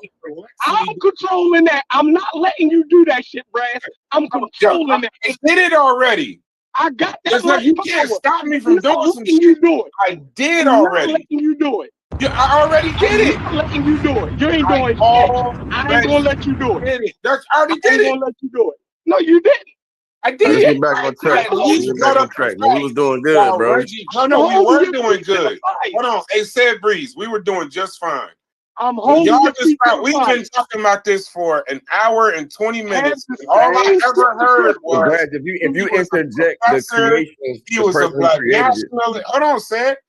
All I heard for an hour and 20 minutes in this entire Christianity enslaved millions of black people. Yeah. So don't have a for an hour and 20 minutes. This nigga was a black nationalist. Hey, Brad. He was a Pan-Africanist. Let me ask you a serious question. All of this shit. I heard he was a professor. You don't care. But y'all forgot the part where you wanted to let people know a nigga can't care about black women, brutalized and sexualized. So I'm trying to figure out how we ain't never get to that. I know it ain't nothing but how we did not get to that part. Hypocrite. How are we talking about? Hold up. Hey, Chef, hold up a second, Chef. Brad, let me ask you a serious question. All of this shit, and y'all just dance over the part where he went to prison. Hold up a second, yo. Let me talk to women. Fuck anything he made. Your whole intent. Can I say this? Hold on. His whole intent was to put down Kwanzaa to save his white holiday. That's his whole reason. Yeah. I don't know why you doing that shit. I didn't know why. Hold up, Chef. Reggie, I'm gonna give you 1 You second. are incoherent at this point. Once again, let me tell you something, Brad. Hold up a second. This bitch defending humans, contemporary, fucking abusers. That's all y'all niggas do, bro. Like he didn't know nothing. As soon as I start talking about what a nigga actually did, I start talking about Jesus. Hold on 1 second, yo. Let me tell you something right there. Nothing about Kwanzaa. You talking about a nigga off in Judea. I'm talking about a nigga in California. He actually like he didn't know nothing about Kwanzaa or nothing. I didn't know. I just looked it up. No, I just looked it up. Believe that shit. I just looked it up. Actually believe that shit. That's crazy. I seen you a screenshot. I said, does he have any scandal in his background? That's all I asked. I looked it up just now. Okay, well, so what do you know about Christianity? So what do you know about Christianity? I thought we didn't do what about it. Hold up for 1 second. Hey, Blast, if I told you, hold up. Let me tell you something about Christmas that you might not know. We did nothing. I thought we didn't do what about us. Hold up. This might be important, Brass. If I told you that you can, that you can make a connection. No, for me, y'all can do what y'all want.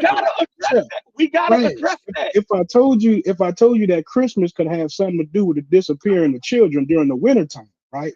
If I told you that you can make that kind of connection to Christmas, would you feel worse about Christmas? Yes. Well, it does. Okay. Yeah.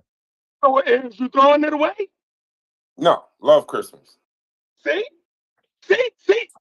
I'm glad so, you said that. I just wanted to see if it changed your argument, because it don't change my argument. We've been celebrating. It don't change my argument either. It don't change my argument either. So I feel where you're coming from. Hey chef, you want me to lie and say, you know what? I'm not celebrating Christmas next year. I'm not gonna lie. Can I give my perspective? Well, I'm glad you didn't lie. It just showed that you inconsistent. Wait, didn't a lot of babies get touched like in Catholic? Like it under that? Yeah, they did. Hey, Fetty, I know you're trying to just throw salt on it, but participate in the conversation. Don't instigate. If you don't mute your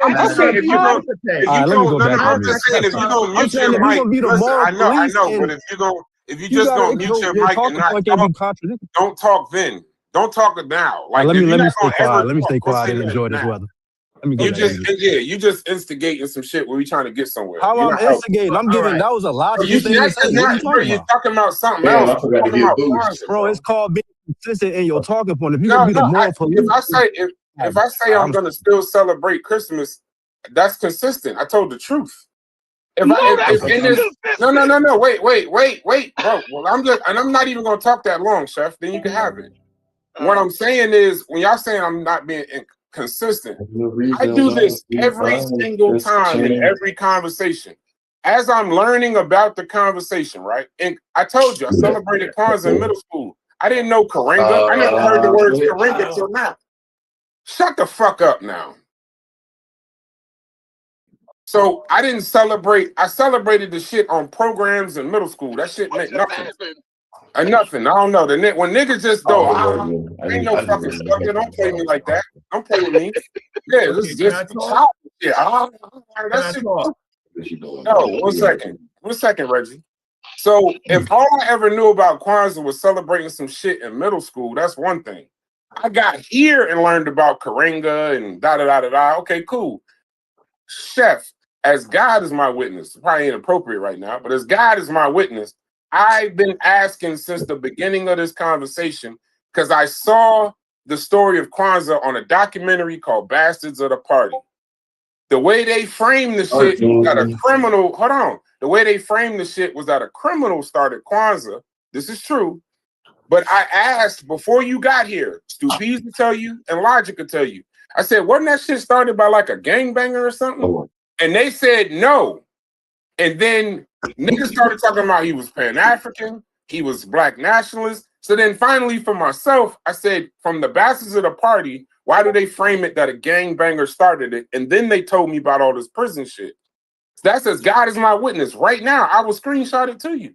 So I didn't know that he did all of that. But I'm consistent because I'm constantly looking for that shit in the conscious community. I'm constantly looking for somewhere it's a nigga that beat up a woman. I can say I've seen him do that before. Once he see that devious shit, he out. That's consistent. Once I see that shit, I've definitely seen him do that before. Go ahead, Reggie. I won't hear what you're saying to you. He can excuse the historical bullshit of Christianity. I can. You see? Well, then that's why I'm saying that's where I got an off road where I can get out the conversation, because once a person show that they ain't consistent, you feel me? Like that's some I've been celebrating Kwanzaa since before. We've been celebrating Kwanzaa. Yeah. You just showed your bias. Okay, then I am biased. Go ahead, Reggie. I can admit it. Go ahead, Reggie. Okay, great. Okay, so Kwanzaa, yes, Maulana Karenga was convicted. brutally kidnapping women. Was it black women? Black women. All right. Did he sexually violate these women? Bro. If the court All right, evidence, man. Let me if the sit court up. evidence The says, fuck? I want if for the five. court evidence says that, that's bro. fine. But let me mute up. Let me contextualize this.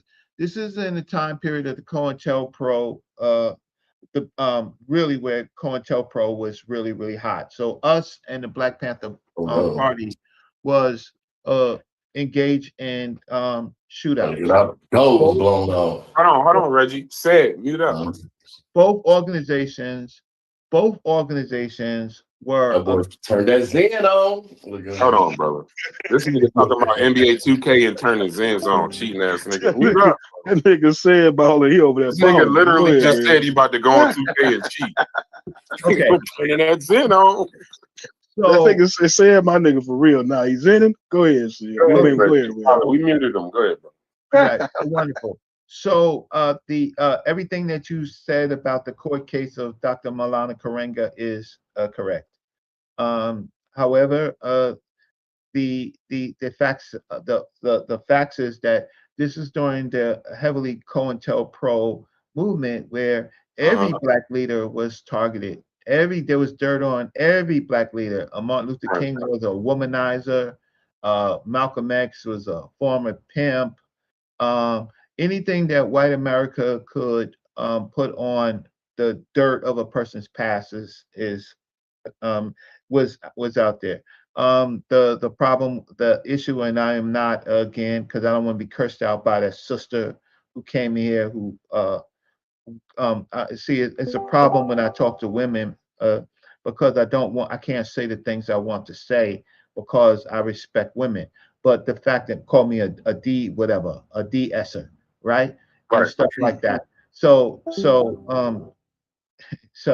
the problem is that yes, he was convicted of that. Yes, he did his time. The other story is that they were agents and still he had no right to kidnap them. But you have lots of black leaders or black organizations infiltrated by agents, male and female, of that particular time. So they got him on that charge. He did his time, but he got his PhD, and then he began a long teaching assignment in Black Studies departments in California. So yes, the institutions, yes. Dr. Maulana Karenga is a professor. He has 2 PhDs, right? And he got hired after that? Yes. So that's the duplicity of it. So that's the duplicity. That's the duplicity of America. Yes. If you look up his bio, he has a substantial academic bio, right? He has several major publications. He's a very, very good writer, right? But we're not really talking about the man. We're talking about people who embrace Kyle Reader theory, and and so it became an African American stable. Right, coming from a guy who said you're not the worst thing that you ever did. He said he believed in redemption. He wanted to redeem Cookie. You dig what I'm saying? Who was a murderer, right? But then when it comes to Karenga, right? When it comes to Karenga, he wanted to throw him away. Not only him away, the holiday away, right? Because he want to save his Christianity and his Christmas. That's crazy. That's so inconsistent with everything that you've been, man. So I didn't thought that's a lot. You saying y'all got to be consistent in y'all talking about. That's all. Man, shut the How we the theory. Why you getting so emotional, bro? Damn, because you're not helping. You just instigate, bro. You're a baby, bro. You're a shit starter, bro. All you do is start. You the main shit starter. Okay, shut the fuck up. So go ahead, Reggie. The movement Kyle Reader theory and Kwanzaa is not reported to do any harm to Black people, right? It's associated with its leader, but with its leader who I know personally, right? I know I was looking for a picture I was looking for a picture with me and Dr. Malana Karenga, but I've spoken to him many times. Yo, what's up with Sid, yo? Sid, what's up? He trying to play 2K and he won't mute his fucking mic. Yeah, he trying to play a video game and he won't. Yeah. He just bugging out. Go ahead, bro. Malana Karenga. Your mama's off, you bitch ass nigga. When I first met him personally, it was about 84, 85. He when they was building ASCAC, he was the first vice president of ASCAC, ASCAC National. Scam. So yeah, so I know you done fucked about that's worse than him raping 3 black women. That's crazy. Okay, I'm just telling the backdrop. And so over the years, and I've met his wife several times, talked to her, talked to his daughters, right? Did he beat them? Go ahead. No, actually got into a big argument with his daughters because they was in charge of we were doing an ASCAC conference with Dr. Ben, and Dr. Malana Karenga was having a terrible some people made it more what it was, but an argument. And so I got into problems with Dr. Malana Karenga's beautiful daughters, right? Look, there's the man. There's nobody on this chat. Maybe there may be one or two that didn't grow up in an urban environment, that wasn't exposed to drugs, wasn't exposed to murders, wasn't exposed to other criminal activities. And so once the government can put that on you, then nothing that you say is ever important, right? Because America doesn't believe in redemption for Black people. But here we have a president of the United States guilty of almost everything, right? But people swear an oath to him and his policies, and that's just America. Reggie. Yes. Okay. So I believe in redemption. Chef is correct. I don't believe a person is the worst thing they ever did. Chef is correct. Okay. So hold on. Wait. No. I want to speak to something you saying. Let's speak specifically about Kwanzaa and Malana Karenga. I'm not throwing him away because apparently he did good afterwards. Applaud him. I'm saying that would put a light on that holiday for me. Okay. Hold on. No. But I got a question though, Reggie. I do have a question. So in your statement, speaking about Malana Karenga. Yes. I'm reading hot pokers, grape, all kind of stuff like that, right? Yes. These is Black women. Agents, I don't know if they agents, this, that, and the other. So you completely remove, because even with Donald Trump, even with Jesus Christ, the more you learn about all of this stuff, it shades it and you choose to do whatever you do. But that Malana Karenga branding Black women and graping them, that don't have any influence on what you think about the holiday Kwanzaa at all? None? Well, yes and no. I don't really practice the holiday, but I participate with people who do, and a lot of them are my friends, and we critique Kwanzaa and Kawita theory. Is there anything in the holiday about raping Black women and mutilating them? Is it can we do a deep dive Gemini search and see does any of the sacraments or traditions or principles speak to anything about harming Black women? But so Chef, the same question to you. Now that you knew that the whole time, or did I just teach you something? No, I knew Karenga was a wild boy. Yeah, but I didn't even bring him up. Wait about a second. I'm trying to keep it civil, bro. So, okay, you knew he was wild. You knew about the hot pokers and the grape and all of that. And, we went over that before. Okay, and that didn't shade how you thought about Kwanzaa at all. No. Well, see, let me finish. See, you lots of times you have to separate what the people want to accept, right? So there's real people, our people, right? Or people that we're connected to, right? People that we know. that accept that holiday, right? They don't necessarily accept Kawhi theory, which is actually more important than the Nguzo Saba, which is the 7 principles of Kwanzaa, right? But in Nguzo Saba, the program was based around those 7 principles, right? It was just yet another movement that was not necessarily the movement in the interest of America, in the United States, certainly during the COINTELPRO. So those type of movements of anything cultural that's widespread that we do ourselves outside or with our American culture is a problem in the United States. It's a problem with the FBI, right? Because there's always different groups in it, some radical and some really radical that America keeps its eye on. Now America is busy with other groups of people right now, but in the 60s and 70s, we were the target. Right? Nobody can say that. I'm not. So the movement, meaning people chose independent of what they said he did, because there's different stories or how it happened, different stories. You do have to understand that a federal indictment, you can be indicted on a federal charge and a state charge just simply by a true bill and a jury. If there's enough evidence to go forward, and if there's enough evidence to convict, that's fine.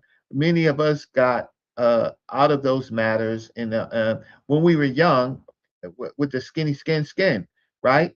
Just because we might have been there, we might have done something, we are guilty. We are guilty of association. Malana Karenga was the head of the organization. Both organizations were heavily infiltrated, so we never know the truth about what actually happened. We know the allegations, we know the conviction, and I'm not excusing him kidnapping Black women, torturing them, or anything. I'm not excusing that. However, these organizations were radical. They were trying to survive from imprisonment and from death, right? And a lot of that had to do with our own government, right? Most people who were leaders of that time did not survive.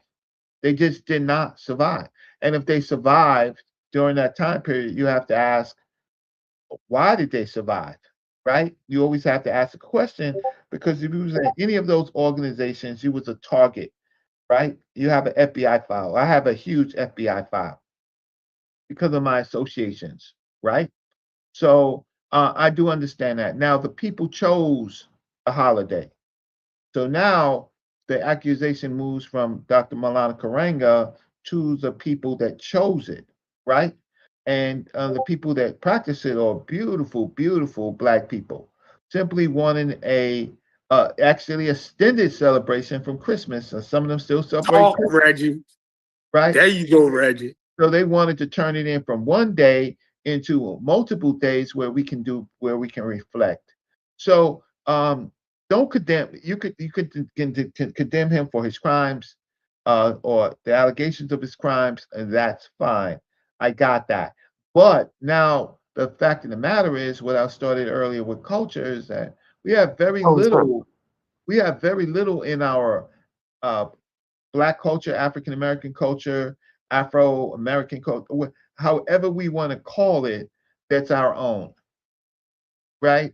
Now, during the different periods, yes, there was this whole the Black Panther Party, both the Black Panther Party, us and all, they were like cultural nationalists. So they were saying, well, what's in America, uh, we already practicing it, but we don't have anything of our own. So they created that, right? They created that. The people celebrated, and so then what you want to talk about is what is the Beautiful. foundations of Kawhi theory. Go ahead, Right? Reggie. Don't look. We talking about dogs. Go ahead, brother. I apologize. Kawhi theory is the one is the propositions defining feature of a people is its culture. So that's the people or the culture, right? And then what are people doing? That's our culture, right? And what are we doing for ourselves? The second is to be itself and free itself. And people must be self-conscious, self-determining, and rooted in its own culture. So then it's culture. Then we have to be very clear about, we have to be self-conscious of our own culture, right? And to show that it's ours, right? Even if parts of American culture is ours, right? But we have to be self-defining, right? And we have to be rooted in our culture. And then the quality of life and the success of liberation struggles depends on the level of cultural development. So they are cultural nationalists. They believe that our future existence has to be connected to liberation, right? And connected to that has to be a part of our cultural development, right? So that's the basis of the Kawhi, that's the basis of the Kawhi theory, right? But the Kawhi theory, in my analysis, they use this word communitarianism. Communitarianism is the highest form of socialism. So they were socialists. They believed in not just socialism, but the highest form of it, which is communitarianism. So they were radical socialists in a particular culture, and they fused that onto they fused that onto their program. And so then you have the seven principles. So the seven principles, without the baggage of the Swahili that we don't talk that we are allergic to, and that's okay, right? That's okay. I mean, we have other books like Maremma Annie's book on uh, Yurugu, right? Heavily into another language, right? Swahili, right? All of the things that they talk about in those books are terms connected to Swahili terms, right? The miafa, right? For example, right? Um, and so what they did is they categorized our struggle here in America in a cryptic language. But we've had successful groups of people along the coastline of people that was heavily connected to Africa, like the Geechee people that had their own language, their own phrases, their own thoughts, independent and with, right, American culture, right? And then we have the whole Caribbean that speaks, different versions of patois. That's their own coding, their own culture, their own code, right? In which they can say things that maybe the oppressor doesn't know unless you have an agent reporting what they say. All of that was successful. It led to the decolonizing of the Caribbean, decolonizing of Africa, independent of what we think about it. So now we have. I'm listening, and again, I'm working off my debt to Logic. Is is that because it's only $20? I thought it was more, but the issue is, okay, so we can go back to the mill that we were arguing and talking about, but we never really critique and dissect white culture. We never really dissect that how Kwanzaa is just exchanging of gifts. Like it's not, you don't have a whole shopping day for it. Whereas these other holidays are really just commercial. Easter, right? All of them except for like Veterans Day, Memorial Day. These are very like big shopping things where the stores who have been not being able to sell its goods throughout the year gets a boost for the next year, right? And so uh, we have to look at the positive themes of a cultural expression, which just says exchange a gift. It could be a tie, it could be a hat, it could be some gloves, it could be something light. It's not. So Reggie, so Reggie, what I'm trying to compartmentalize the conversation into, right, is like what you actually admitted it inside of what you said, right? You saying that they were trying to tie in things that they considered a part of their liberation movement, right? So my critique here isn't that we got to try to create our own stuff. My critique is more about what part of liberation is speaking Swahili. Well, you can like I try to separate.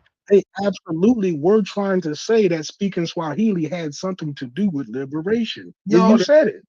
They just use well, partly so because they just used the labels, the terms, right? But they spoke in English. They wrote in English. There's not no mandate or no major doctrine totally written in Swahili, right? It was at that time was something fly to say. Like we say fly things today and or I can't even use the word fly, hot, whatever we say today, right? They were selling the sizzle. I know exactly what they was doing. Okay, it was a hot button. Okay, that's fine. But all we are trying to do, right? People who believe in freedom and won't rest until it comes, right? Is to find some program, right? That works. So we know now that talking about Africa, right, in the 2020s, right, is a doomsday conversation. Doomsday conversation and say anything about Africa. So then, okay, so we could talk about African American. Okay, well, are we willing to do that? But what is catchy about it? Do we need a rapper to come on, or R&B singer, or We Are the World, for it to get popping in our culture? Right? Because those are the things that make things happen, right? We Are the World comes out, right? Everybody is involved in Ethiopian starving children, right? And those things lead to other things, right? Um, uh, uh, but the issue is our cultural artists are the ones who kind of push things mainstream that people sing that goes viral. Viral is a new word. Uh, but people start saying using terms based on that. So I agree that we don't necessarily have to use those terms, but in the absence, what do we do about what in fact do we do about unity and collective worker responsibility? What in fact do we do? Well, we can still keep all of that stuff at the forefront of our values. But to me, it's important to leave the Swahili part out because it Okay, leaves I wiggle got room. that. I got that. Right.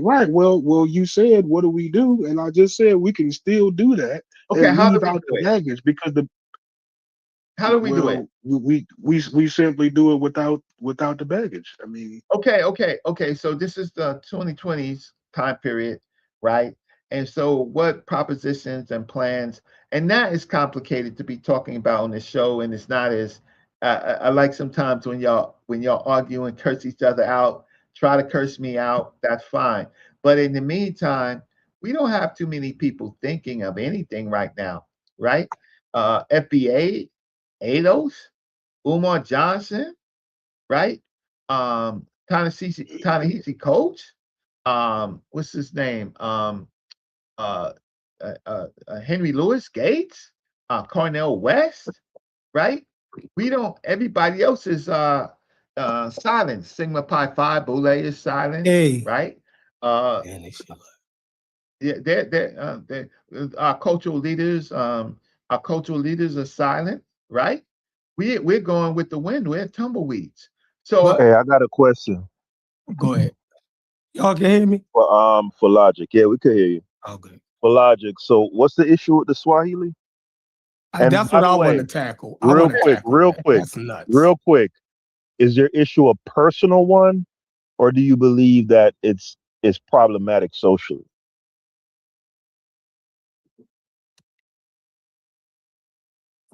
You there?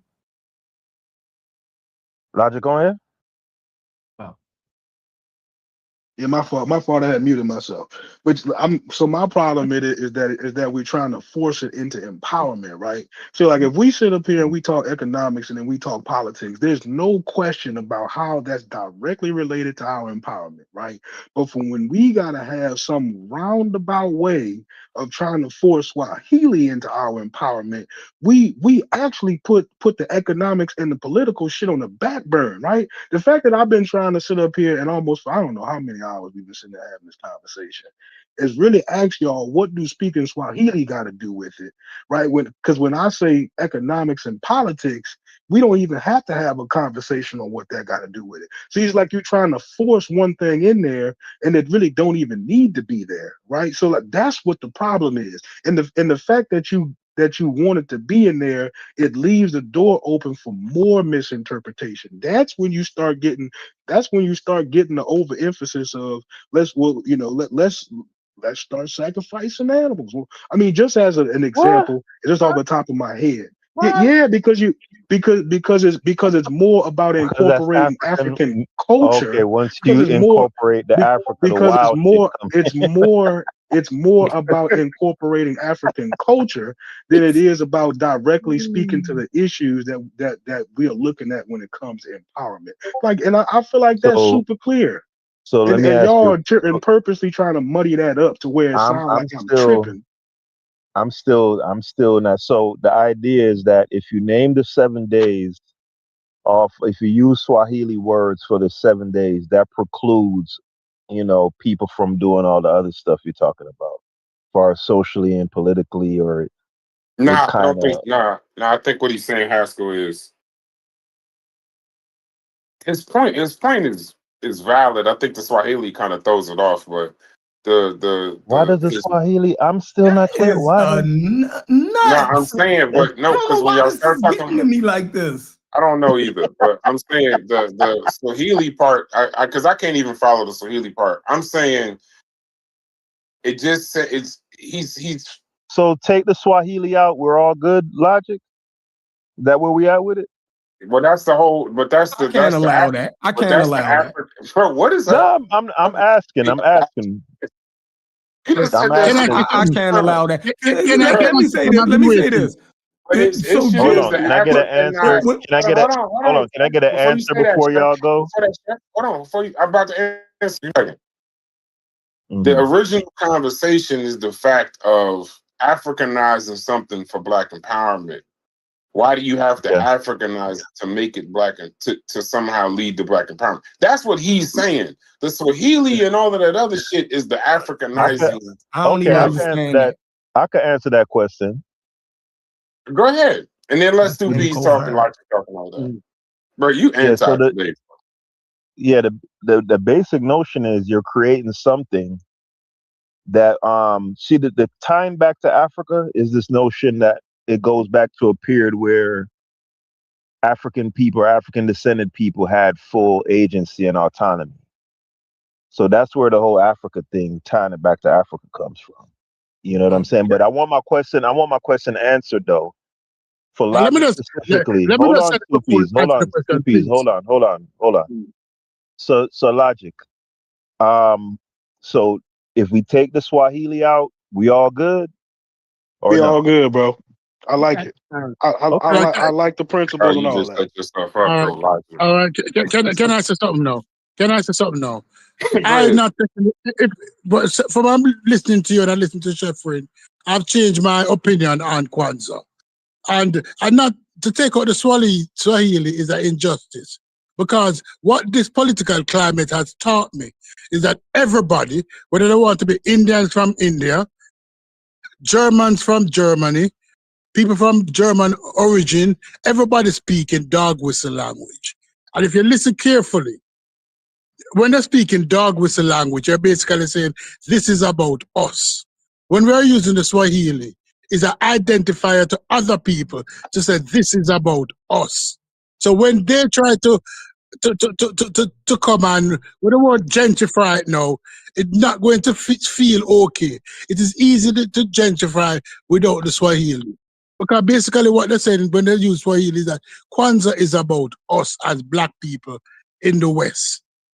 And there's nothing wrong with that. And when people use it to say we can't celebrate us because it takes away from the economic plan, that is not true.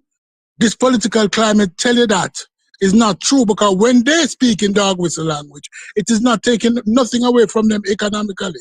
So what we're supposed to do? Abandon every blackness about us to Or every facilitate economic African, development? anything African, basically saying that's No, I'm saying that they trying to couch it in empowerment. So all right, Speaking so that's the point. Swahili. So that's the point. Now, when Jews, well, when European Jews, right, they reintroduced Hebrew. Yiddish. Yeah, Hebrew. and they created their own version mixed with European German language, Eastern European language, right? With Hebrew, the shit that they remembered from Hebrew, right? Now they way away from Israel, right? And they still say, yo, we're going to connect our language and words back to where we originally came from. They empower themselves with that, right? Now, this guy is telling us that other people can do it, right? But when we do it, we somehow fucking up. Like, yo, we got to stop listening to nonsense, man. Like it's just Thank you, nonsense. Shepherd. Thank you. That's exactly what I'm saying. Thank you. Yo, Thank the way you. you said that shit was funny as No, fuck. thank you. Thank you. Because they speak some type of because they speak Yiddish, that's why they got political power. This That shit what you ain't telling me? intelligent. So This shit ain't intelligent. you telling me, so since they These ain't speak even Yiddish, good questions. that's why they got economic power, because they speak Bro, Yiddish. who the fuck? Jesus Christ. I'm asking you a question. Yeah, So don't ask me no questions. If that's where you went with that, you feel me? If that's where you went with that, right? They don't need to speak Yiddish, right? To have cultural. You said that they brought it's a Yiddish part of to their empower cultural themselves. continuity. Listen, they're creating culture. Listen, they're creating cultural continuity amongst their group, right? So there'll be different things that you use to create cultural continuity, right? And having specific language things, right? It helps. Everything ain't about economics, right? You got to create glue in order for the economics to work. You think what I'm saying? You acting like everything got to be set to this. No, it's a puzzle, bro. Yeah, we're trying to put a puzzle together. You know what I mean? And you act like every piece gotta be a certain size. No, it doesn't. It's a puzzle. If somebody took us, say we was a piece of glass, right? Or ceramic, and somebody just threw it on the ground and it shattered, right? So we're gonna put that shit back together. We're gonna, I don't know. You crazy with this one, Elijah. But it's showing something about you. Glue. Put it together with the glue. So yo, can you stop doing that, bro? The glue changes. Yo, hold on, Elijah. We having a conversation, whether we like the conversation or not. The fucking is showing something about you, and because it's becoming doing? A consistent thing. He's talking though. He's we trying to work out a point, and you doing personal shit. No, that's not personal. I'm just my takeaway out of all of the conversations, he's consistent in something. We're going at consistent in, Chef. So building on what Chef, that ain't personal. Building on what is he consistent in? What are you saying? Going that black shit. That's right? personal, bro. That's what I'm saying. That? Okay, well, if he's talking, if he keep having the same conversations and he keep having the same contentions, then yeah, it would be perfect because I'm okay. That's what I'm saying. That's what I'm saying. Nah, you picking and choosing because most of the time you don't fuck with that African shit. So you pick and choose. You pick and choose when you like it and when you don't. What African shit that I'm? Bro, you don't even want to. Don't ask that question in a serious statement, bro. You just said hold on. Bro, you said Africans can't even open up Sprite, Chef. Stop. Man, we're talking about African Americans. Kwanzaa is African American shit. When have I been against African American shit? When is Swahili African American?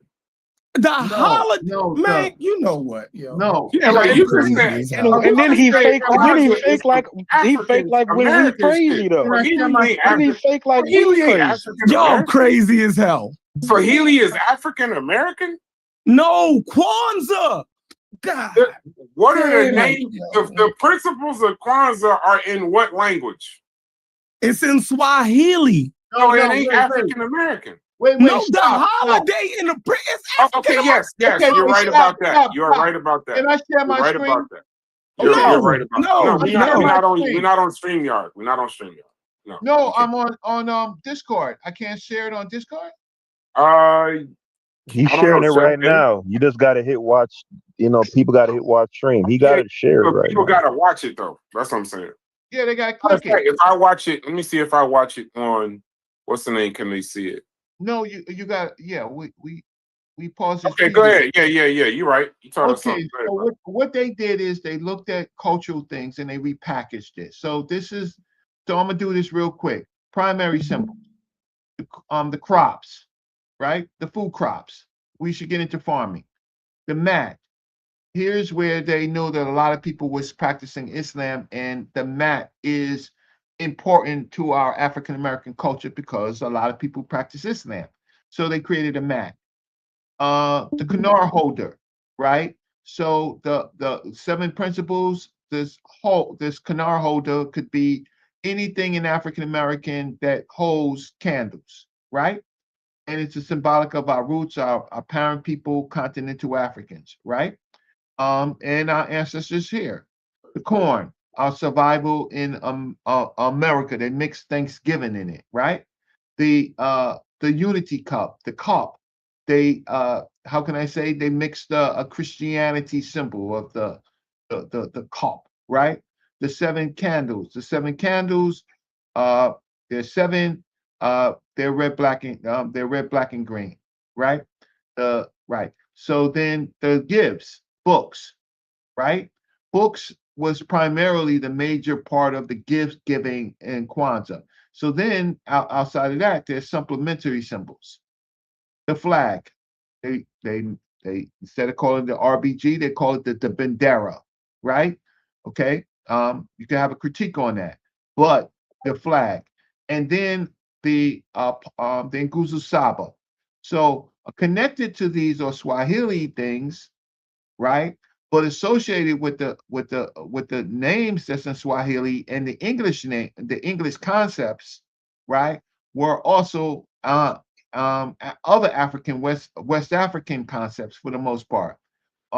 Imani was how can I say Imani and Nia more Nile Valley, but this is what our research was leading to us as to great root thinking. So I'm gonna stop sharing my screen. So what it was is a fusion of what we're already doing in America and what we're already practicing in America, infusing it for some type of cultural expression. And it was good for the 60s. It was good for the 70s. People still practice it today. But the thing is, so how do we do it? But that's an intellectual conversation that I'm not going to engage into it. But I just wanted to chime in about if you could see it's an amalgamation of things that we already do, but centering it for our culture. I could right. take. So I got another question for Logic then. So because I'm trying to get to the heart of this thing, right? Was what I said relevant? I mean that. What did I say? I mean, I've studied this stuff. What I'm saying is, I have my own critiques of it. Yeah, Reggie. But what kind of acknowledgement do you want for? I mean, we heard you and we respect it. I was talking. You cut me off. I don't need an acknowledgement, but you did cut me off. So go ahead. No, but that's how we do it. Go ahead. Because I'm talking to the whole audience. But you got something to say, so say it. I'm trying to get agreement with I wanted to you want me to go or you want to keep going? It's up to you. No, let me just say this. I wanted to inform, this is an educational platform. I want to inform the audience. You have something to say. It's not acknowledgement, but there are other people who are thinking. You've already thought. I got that. I'll stop. Okay.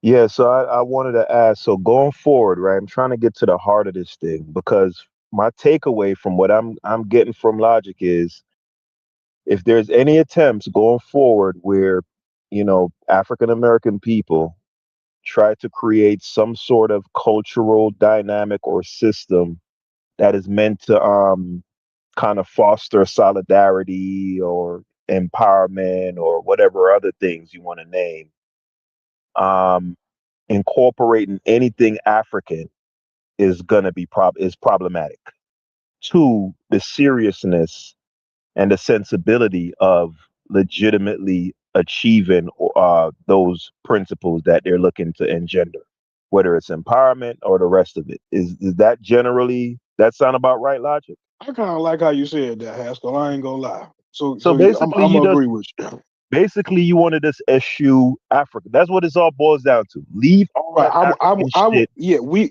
out of it. can streamline this without the confusion. When you put that Africanness in there, you bring a lot of unnecessary baggage, and people as you can see, Why do you consider it people baggage though? That's the Or part I'm trying to. confusion to who? You the Hold on, only let him. person Chef, confused. chef, let him talk, bro. I'm trying to understand where he coming from. So Right. what is Assuming the? that we all confused by this. No, Hold on, I'm not chef, Just saying we assuring all him, are. chef, I'm chef. Hold assuring on, him Listen, that we as a chef. community is not He confused. talking, bro. He's confused. He giving us insight because I think for the hour and a half or 2 hours, I don't know if it All was right, go ahead. clear where he coming from. So okay, Yes, boom. I was clear. I'm not confused about nothing. I'm talking about him. Not I'm talking about about what Logic. he's saying or So about it's just Kwanzaa. all right. So you feel as if incorporating any sort of African motif, language, anything is potentially confusing. And why? How so? So let's say, for example, right, a couple weeks ago, Brass was talking about the African concept of what we call in the Caribbean partner, right? In Africa, I forgot the name that they have for it in West Africa, right? Where each person pays a hand, weekly or whatever, and then each person Oh takes yeah, a you sound draw out of. like Tonda. Tonda. I know what you're Yeah, talking about. Yeah, I remember right, that. right. So a lot of the descendants of West Africans, right, the ones like in South America and the Caribbean, that's where we got it from, right? That's a West African principle. That's where we got it from. So are you saying that for something to be serious and to actually achieve anything, Africa needs to be eschewed totally?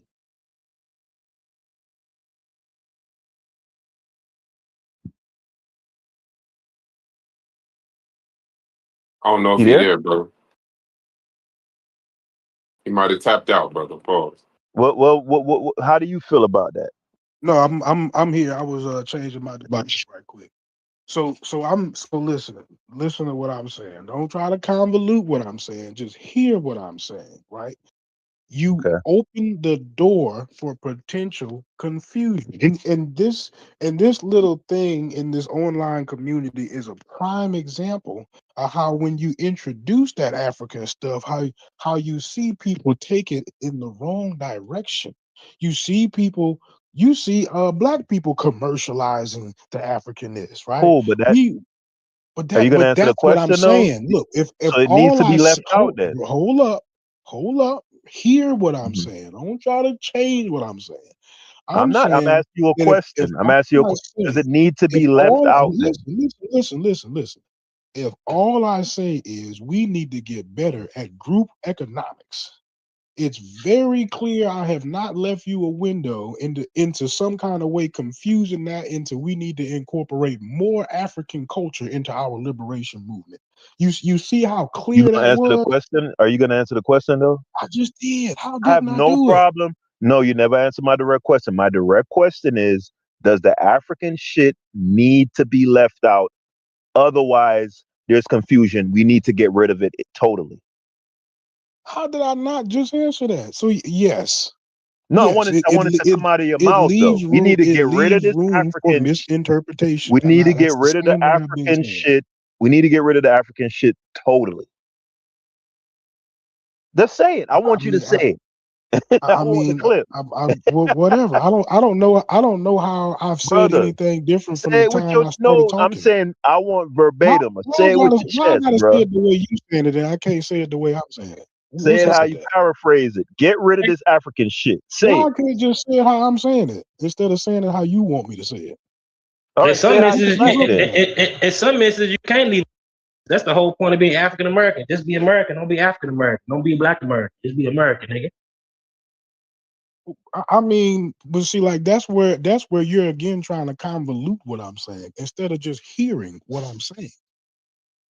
You got to make me answer it in these specific terms so you can talk, so you can have ready-made talking points for how you want me to answer the question. I answered it based No, on how I it's actually called feel. it's called standing 10 toes on something. That's all it is. And I when mean, you say things, how am I not standing 10 toes if I'm you're clarifying not and I'm because still using the same thing? you're shuffling about I'm saying not get rid shuffling of this anything. African I'm shit. clear. I'm very clear exactly on what I'm saying is that you leaving too much room for misinterpretation. I mean, what in the world is not clear about that? Why do I gotta answer it the way you want me to answer it? I mean, some of us, for us anthropology, like some of us carried our culture over anyway. It's the whole point of being African American. Some shit is just ingrained. You know what I'm saying? See, it's like for me, it's like a slim difference makes between this. somebody saying, I wanna But incorporate that's African what culture makes into the what I'm doing. notion of what he's Right. saying And silly. then the other person says cultural empowerment is the key to our liberation. Like, see, that's two totally different things. Nah, but what Like Chef showed you is that all of I that is am trying to all of leave. them things are I'm pieces trying to leave of the a affinity mosaic. for Africa in a choice for people, right? Not necessarily connecting it to we can only have liberation if we incorporate African culture. That's what I'm trying to say. Not what you trying to make me say. That's what I'm saying. Okay, so not necessarily get rid of all the African shit, but just don't make it mandatory, basically. Don't make it to where you trying to don't make it to where somebody could possibly say we don't have true liberation until we incorporate African culture. That's where I'm at. Not where you trying to put me at. That's what I'm saying. So You disagree with that? But anytime you incorporate Africa, you're saying just the incorporation of any kind of African anything could potentially lead to confusion. That's your position, right? That's what I'm saying. Right. So there isn't a way for anybody to, somebody incorporating it isn't saying that, yo, it's mandatory that this African shit got to be in there. That's that person making a choice. See, that's why I feel like this is just a red herring. Like the whole thing, the whole discussion is really a red herring. It's not. It's not. I've repeated what I meant over and over and over again, and you just continue to attempt to distort it to make me trying to say something I'm not saying. You practicing African culture is great, but I'm saying when you try to mandate that as a part, like if you're not doing African culture, you can't be doing liberation. That's a red That's when you've herring. taken it Who did a that step though? too far. Who did that? Nigga, that's Who what they made that? was doing. Who made that proclamation to say that, yo, you gotta have some African shit, some continental shit, otherwise we can't be liberated? Who did that? Did Milano Karenga not incorporate the Swahili into his liberation movement, or did he not?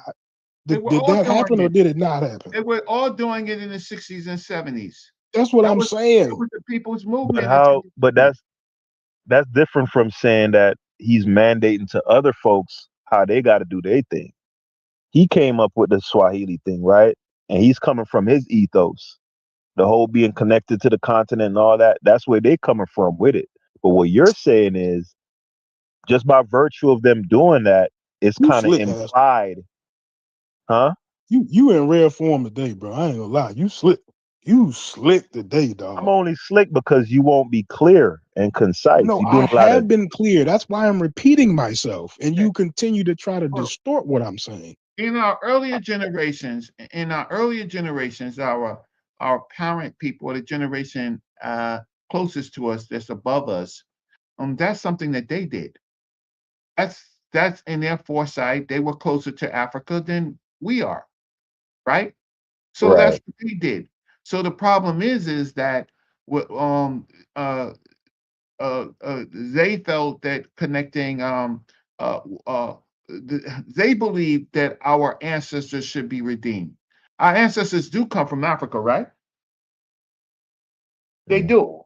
These are former children of Garveyites and other groups of people who was more connected to Africa than we are. Should we forget that? So you have to give me a good rationale as to, if we just forget that, then what do we concentrate on, and how do we concentrate on it?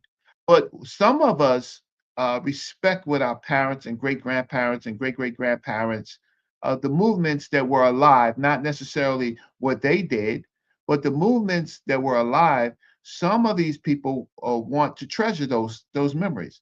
Every other culture does. Why is it a problem when we connect our culture? Because it also connects a claim to what America has done to us.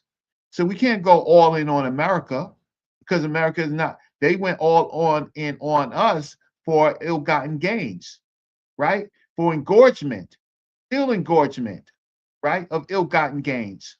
So if we forget that, then we have a less of a claim to anything, because it starts with enslavement, and before enslavement was Africa.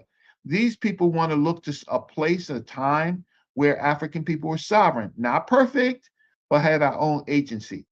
You want to disconnect us from that, but I can say, okay, you're not the only one.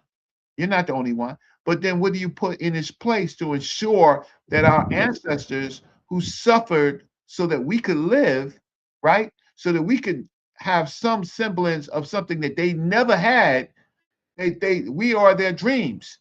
And so, since we are their dreams, that their children and their forebears will survive, even if they did not, even if they threw themselves off the ships, put themselves in front of rifles to protect their children, right? Those people that was captured, and then those people who were disenfranchised the worst in America under slavery, right? Some of those people want redemption for our history. So we should not talk about African history. We should, but African history is part of African American history. So we should just forget all of that, and then what do we have now to empower us? What we have to empower us is that we are disenfranchised because of what they did. So we remove that, then we will never have a successful movement. We're just simply red, white, and blue Americans. Man, right? I could have sworn I just said, if you're gonna practice African culture, cool, but don't try to make it mandatory for liberation. I could have sworn I just said that about 3 times. But that was their idea. That's not necessarily our idea. We can make Right, a so claim. you telling me you don't even agree with it, but you fighting me when I say it. That's crazy. Because you're trying to eradicate it. I'm trying to fuse it. So I'm just saying, how am I trying to eradicate it when my statement was, if you want to venerate African culture, cool, but don't make it mandatory? It's not for cool though. Where is the You say you eradication in that you statement? say you want it gone. You say you don't want it as a part of anything. See, man, look, y'all ain't even honest at this point, bro. I've been repeating myself for the So that's last not hour. We don't need it. Last hour, y'all been trying to distort. You said we what don't I'm need saying. it. We don't need it. So there's some success. If this channel is about logic, but I guess but you making it mandatory for liberation, and then you say you don't agree with it, but you got those people. I said that's crazy. Those people in those movements, they fused You it. said you don't agree with that, but when I say it, when I say it, you gotta argue with me. This is why I'm saying that you're not being honest. No, that's why you're trying to what I'm saying, because that's where we're actually agreeing. We saying the same thing right there. And then you take it a step further and swear I'm to not God. attacking you. I'm talking to you. I'm not attacking you. I'm actually talking to you. I'm trying to figure out now, right? Since we are talking about you, is what should we do?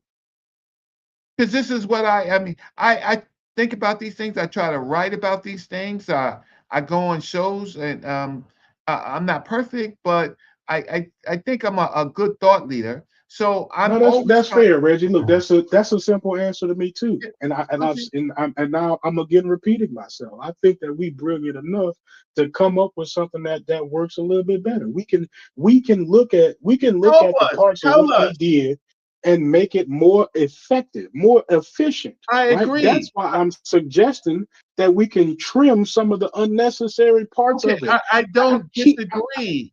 But my whole thing so is if you don't disagree, why is you arguing? No, because with that? I'm asking you now, as somebody who is a researcher. I have a pretty large. I'm not a researcher.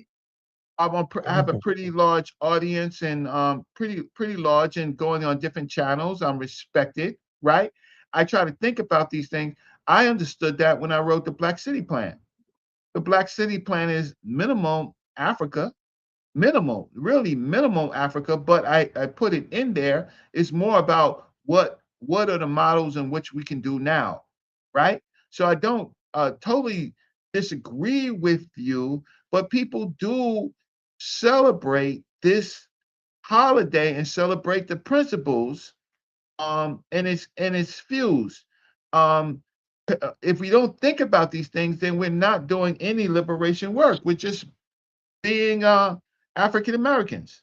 So you think so? So you think so? Okay, so I'm getting confused because you just said if we don't think about these things, like I'm assuming you're talking about Kwanzaa, then we're not doing. Okay, the principles. Then we're not doing any liberation. Right. So my question. Hold on. My question. This is to everybody on the panel. It's a bunch of people in the chat. It's 40 something people in the chat, and it's like 13 people in here. 2, 4, 6, 8, something like that. Who in this room? What is today for Kwanzaa, or what are y'all doing today? I'm on this show. No, I'm talking about besides what y'all say. Is there somebody that I know DQ said he used to? Where do you think if it is this good thing, or if it's something that's benefiting us, that's supposed to benefit us? And I agree. I'm assuming that was the goal, so I ain't knocking that. But then why do you think we don't even? I don't think any of us in here celebrate Kwanzaa. So why is that? Oh well, the biggest day of Kwanzaa is usually the last day, right? That's usually the last day, and so the first couple of days is just getting out the concepts and stuff, and being aware and trying to do things that's related to our culture. So today I decided for this time to join you and to have this conversation, right? And I'm not being argumentative. There are other topics I could be argumentative on it, but I'm trying to provide some education on some of the things that are controversial, and tell you about the Nguzo Saba, tell you about when it started, talk about the controversy with Malana Karenga, the person, right? And to expand, and then ultimately say, okay, fine, this is a good show. I don't have a problem with the show. My whole thing is that some people are connected to our. I'm older. I'm 60, right? I'm more, and because of my my connection with all of these scholars, I'm more connected to their thoughts. I analyzed it for myself, and I said, well, we need to organize in the cities in which we are, right, around our neighbors. So we need to do Am I wrong about Karinga though? Huh? You and Chef got me thinking about something. Chef, you there? Hopefully you It's can. not about Karenga. No. Listen. But he created it, correct? Right, but it's not about. I know it's not about Karinga. It's about the principles. It's about. I heard the whole thing, Reggie. What I'm saying though is, am I wrong to not associate? Am I wrong to associate the man with the holiday? Partially, but you have to look at Tell me why I'm wrong. Tell me why I'm wrong. So I'm trying to learn something. Okay. Maybe I'll learn something. As your homie, I think you might be overemphasizing that just a little bit. As nasty as it is, if you get down to the details of like the origins of Christmas, it's way nastier than that. Now I know, but I ain't doing the nastier. what about. But see, listen, I know a lot of times I got told in here that I can't do what aboutism whenever we talk about any goddamn thing. I can't talk about Sprite. If I bring up Coca-Cola, I get yelled out the room.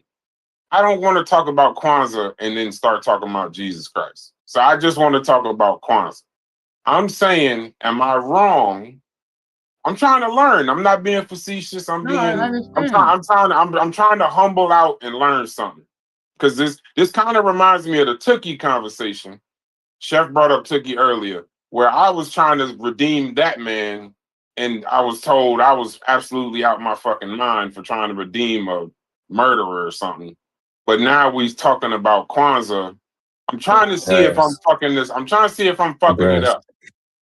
No, Can I help out a little bit? It would be helpful if you look at what the people feel about the principles and the need to kind of do something culturally to get us started with these principles and minimize or you can keep it active. It doesn't matter. No, I'm just saying, am I wrong to not be able to have us to separate? Listen, hold on, no, just listen. Because a lot of times y'all think I be playing, but sometimes I got upset earlier because I was actually being serious trying to get somewhere, and motherfuckers kept playing. So right now I'm being serious. I'm trying to every day, no matter what we celebrate, Umoja, Kuji, Uchi, whatever the hell, whatever that is, I don't want to fuck it up. Kuji Kangalia. All right, Sakalia.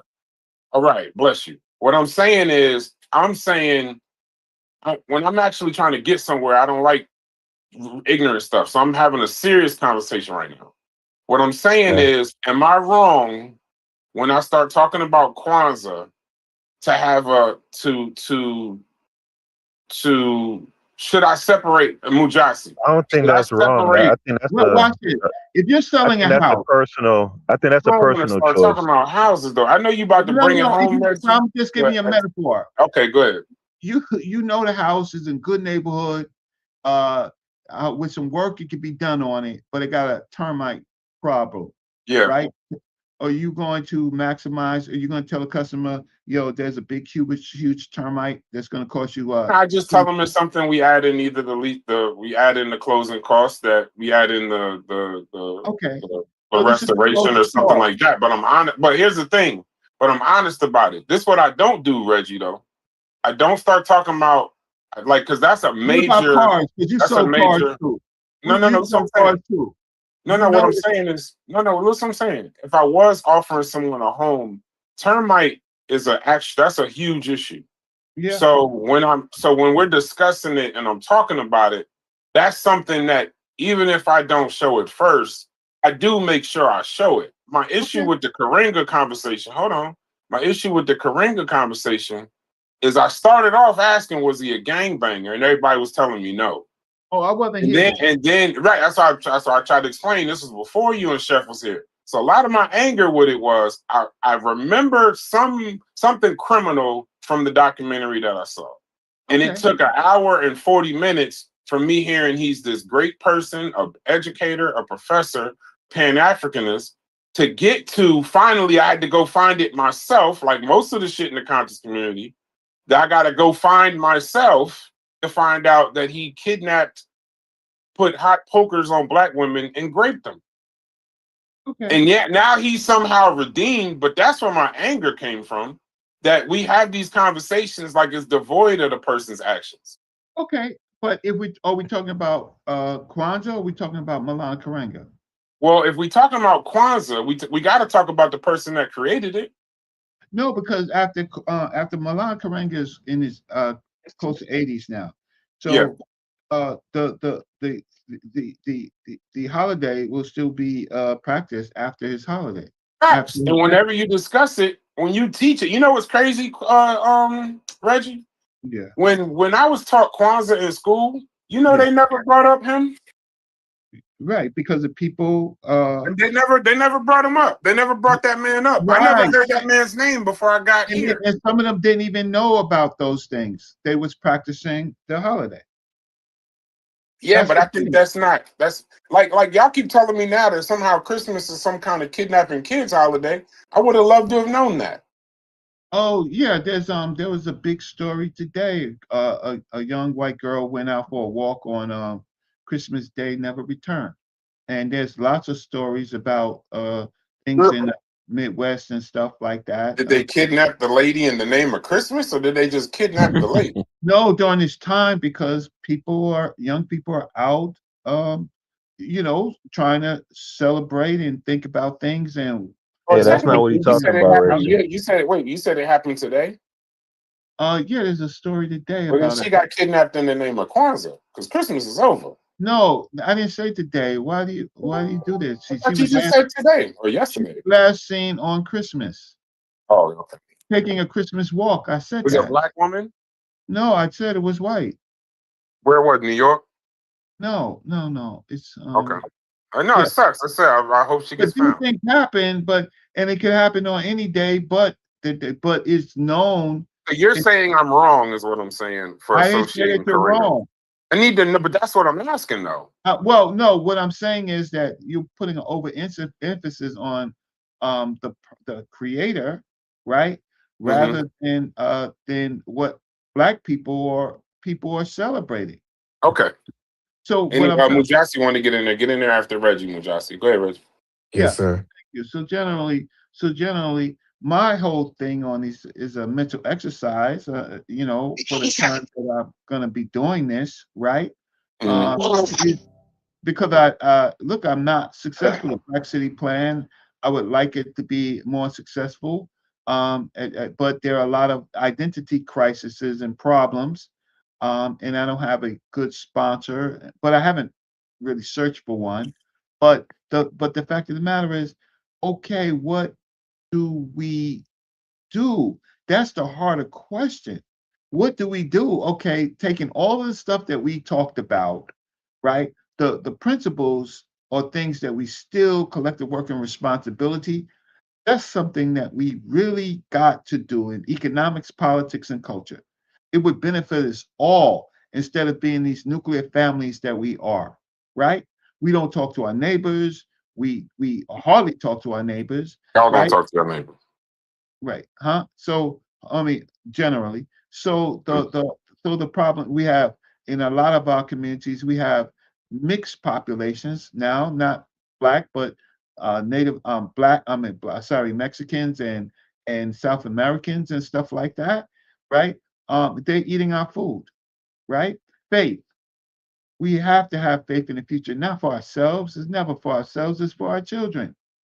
Who's a parent who doesn't think about their children's lives more than they think about themselves? No, we got Negroes that will buy cars that depreciate and stuff like that, and houses and be in a strip club and all the time, right? I'm not saying that people won't find themselves in a gentleman's bar or a strip club or a whole house or whatever the case, but we spend an enormous amount of money on those things, not even in our children's future. We don't have a plan for our children. Those are the things that we have to fix, and we have to fix our politics in the places where we live, right? And I'm in New York. Latinos are eating our food and serving other communities, right? Serving international communities rather than serving their own community. I live close to the South Bronx, not too close, but not too far. We could go out there and we could find people bent over, Black, Latino, whatever, right? But our politicians act like they don't see it, right? The enormous amount of drugs and HIV that's in the Bronx, right? And I'm just saying that because we all live in these communities. Many of us can go 10 blocks down and we're in the worst part of the goddamn city. But where we are right now, we're comfortable, but 10 blocks down, but our children go 10 blocks down. We have to solve, so that was their solution. That may not be the solution today. So right now it's just rendered to a holiday. Nobody's talking about car weather theory, right? No one's talking about the initial purpose that this was interwoven into, right? And so my big question is, Brass, Logic, right? How do we, what do we go forward? We're waiting for, we was waiting for somebody like Umar Johnson with a school for 20 years that never came, right? Now we got the Saint or Marquis, right?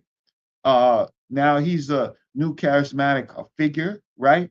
He beat up on Captain Tazariak, and now I don't know why Captain Tazariak didn't defend himself, because he's out there in the cold feeding people. I don't like what he's feeding them as far as information. But when I see people closed, when I see people who are on their way back to prison, joining something as a start, I really can't blame Marquis. Just gonna put some money in your hand and have a nice day, right? And so we take this opportunity to discuss something. We're having a okay conversation. I don't think that this is worth calling anybody a name per se. But no, it's a good conversation. Fetty gone. We're having a great conversation now. Yeah. Go ahead, but let me let Mujasi go. Like it's titled as Negropean. Oh, that's Stu P. That's Stu P's. We never let Stu P's talk. That was his original argument. He was here first, and we just never got back around to what he was talking. You mean Pigtails? Oh, God. That's his name. But you just said that we trying to keep it peaceful in the name of Kwanzaa, and you just called that man Pigtails. Not in the name of Kwanzaa. But no, I just said what his name was. Is Stu P's. His name ain't no fucking Pigtails. It's Stu P. That was his name. Stu P's and Pigtails. You weren't around a long time ago. That was his name. His name was actually Pigtails at one point? Yes, it was Stu P. It was the whole thing, Brass. You got to say the whole thing like a pimp named Slipback. Yeah. Stu P's and So it used to be Stu P's and Pigtails, but he shortened it to Stu P's. Yeah, Brass. Hey, the more I know, the less I like it. What did Drake say about DeMar DeRozan's name? The more I hear it, the less I like it. That's all I'm saying, bro. Every time y'all start talking about 5-10 years ago, I hate the conscious community. Hey, bro, I told you that 2 years ago, bro. I forgot my brother. Real quick, though, we gotta let Mujasi go, but just so you know, Brass, the Pigtails isn't like what you're thinking about Shirley Temple and shit. Pigtail is the literal pig, like the tail of the pig. What you talking about, nigga? I'm about to put some pigtails and some navy beans tomorrow. What are you talking about? Oh, okay. I know what pigtails is, nigga. Stu P's soup going. Yeah, bean stew. That's a Jamaican version of ham hocks. Yeah, that's a Jamaican version of Black Eyed Peas and ham hocks and shit. I'm talking about nigga version. Okay, I get what you mean. That's their version of what we do. Okay, yeah. Collard greens. Yeah, yes. Which were amazing. It's all nigga version, just different variations of nigga shit. Cool. We ain't the only niggas. Yeah, facts. Go ahead, Mujasi. I hate to introduce your statement in that before the nigga version, but go ahead, bro. That's funny. I hope y'all can hear me okay, man. I'm just getting over this flu right now, so I'm a little bit under the weather. But I've been enjoying this conversation and just really appreciate learning and hearing from y'all. As usual, appreciate Brother Reggie's context that he put down on the table. To answer your question directly, Brass, I do. Welcome, bro. I do practice Kwanzaa. And as a matter of fact, my energy back, I sound worse than what much worse than what I.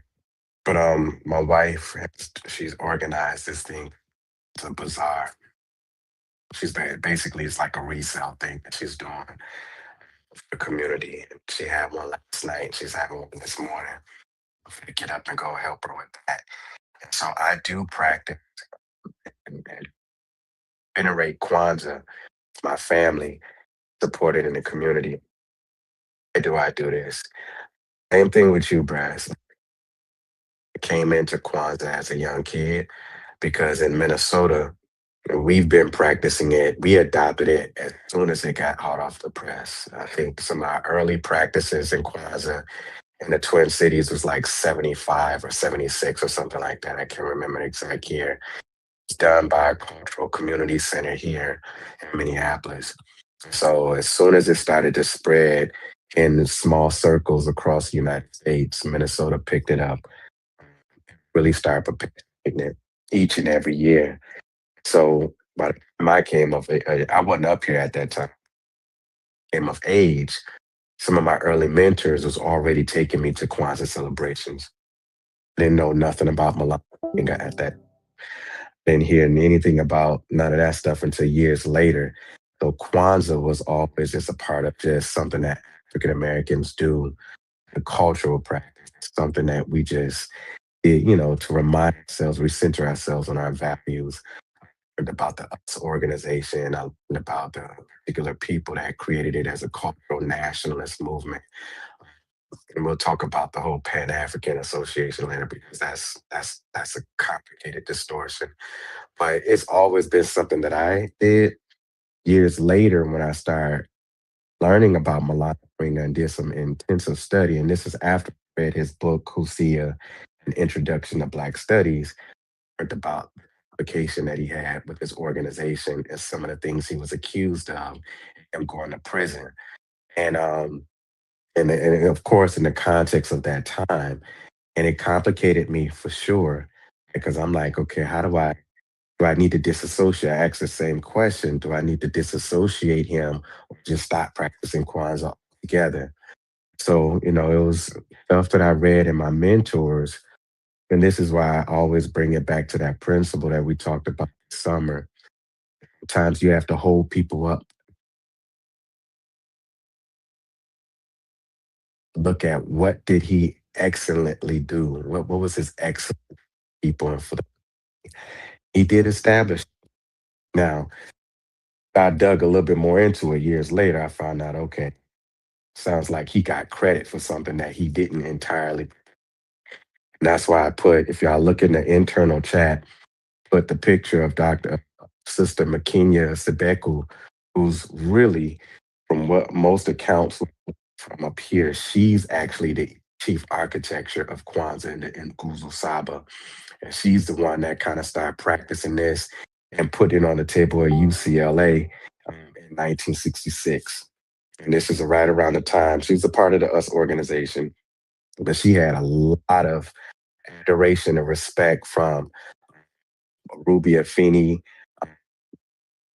Carl Jackson's African name, brothers who was in us.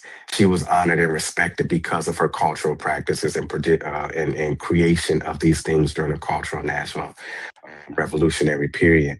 And so they, for the most part, incorporated Kwanzaa into the US organization because of this sister. And they expanded upon it and flexed it out with more quieter theory and quieter practices and bringing it to coming forth with some of these pieces. So there's controversy on who actually came up with Kwanzaa. So when I started to do the history, I started saying this stuff is a little bit more complicated than what I've been into.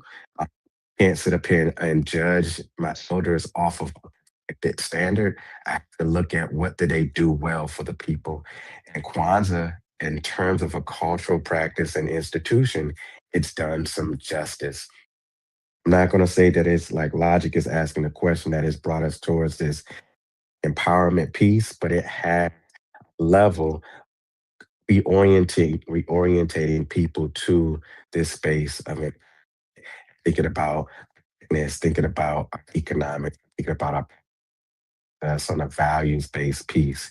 And so that's a different conversation for a different day, but the impact that that's had across Black nation, across America, and even beyond America, because you got people in England practicing Kwanzaa, you got people on the continent now practicing Kwanzaa, you got people in Asia practicing Kwanzaa. Small, but it's there. And when you think about the excellence of this cultural practice, that's how you measure the effectiveness and how we want to association. But for me, I can't separate Milana Karenga from Kwanzaa. But I know, despite the stuff that I've read and learned about his complications with the US organization, whether or not he gave the command to torture those sisters or not, don't know if I'm gonna ever know the absolute truth. I do know during this time in prison, during this time of the spreading like wildfire in prison, and during this time, look at the contributions and the excellence that he's put down for people. Say that's what I have to it's perfection. Yeah, sorry, I'm best that I can. Yeah.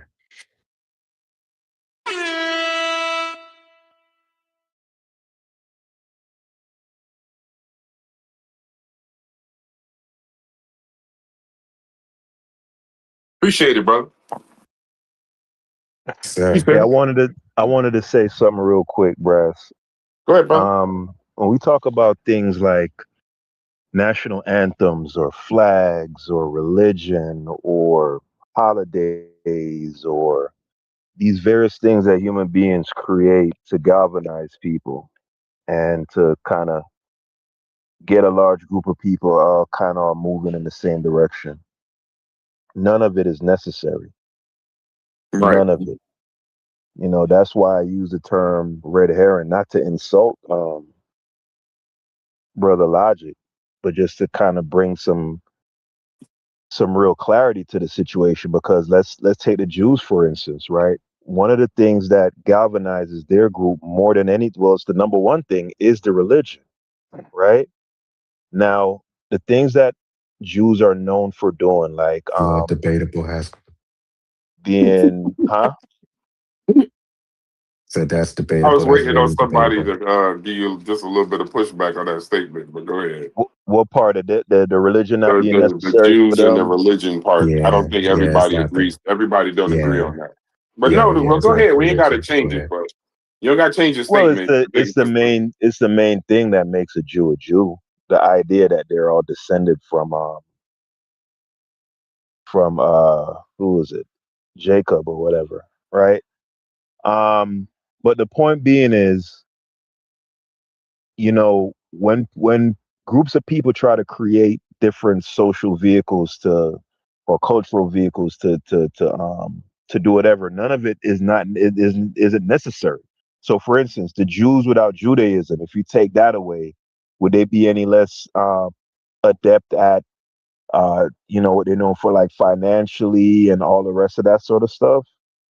No, not necessarily, but like Chef said earlier, it's a part of the mosaic that makes people a people, and there's really no way to measure how something like a national anthem galvanizes people, how something like a flag galvanizes people. There really is no real way to measure that. You know what I mean? So that's all I'm gonna say on that. The whole idea that Jews that's have a some slogan, never again. Jews have a slogan, never again. And that right. is what they organize against. We don't have a slogan that unifies us. So they did something that we didn't do, even whether or not their tradition. Most Jews consider their biblical as just a tradition. Uh, Black Americans, Black Americans and others, we actually try to worship what they just simply call as a tradition, right?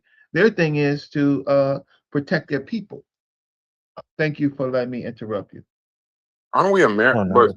But we're yeah. I'm gonna sound crazy, but I'm gonna just say this, and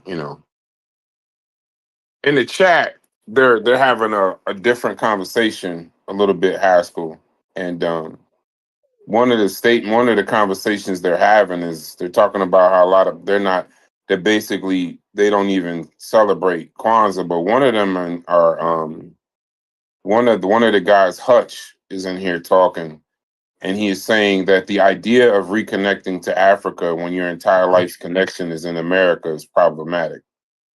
And he said it leads to the useless deification of African traditions, similar to what has happened with Egypt. Now, I don't know once you go Egypt, I don't know. I got to stop. But a lot of times, I think this goes back to the original point of, and I hope Stu Pease is there. When Stu Pease was talking about it, I don't know if he changed his position, but a lot of the when we keep saying why do we do this in America and why do we do this and Why do we do that? I'm not saying that that's what you're saying, but a lot of the conversation is, well, we celebrate this and we celebrate that and we celebrate that. Yeah, because we're American too.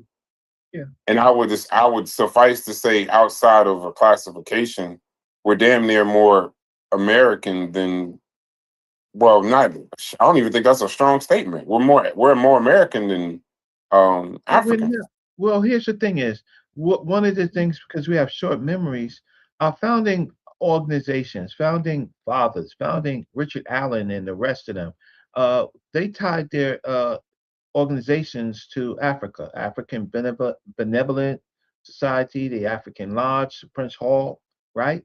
They all of what they did was connecting it. We that, and then out of that came the term African American in 1782, right?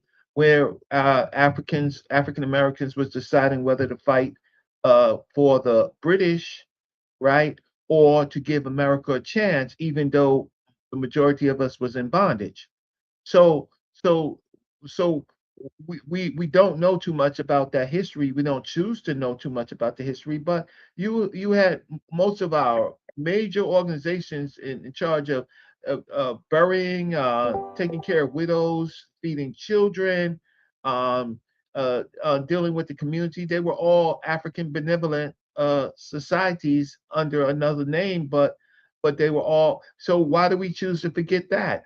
Why do we not honor the thoughts of our ancestors that created the how can I say, even the church, even the black church, right? The AME African American, yeah. Yeah, that was our first corporation. That was, but it was called. We call it the AME now, but it was African Methodist Episcopal. That was Seneca Village. That was a refuge for us getting kicked out of the Lower Manhattan from the draft riots, right? And those institutions took care of us. They called it African, right? But it was but it was an African American experience. Our short-lived our lack of knowledge of Reggie, real quick on AME. Apologize for cutting you, but I want to get some clarity. AME is African Methodist Church, but what? This is Episcopal. Oh man. What? Yeah, I know. But it's Black Christian, and it was founded in Philadelphia by enslaved Black Americans.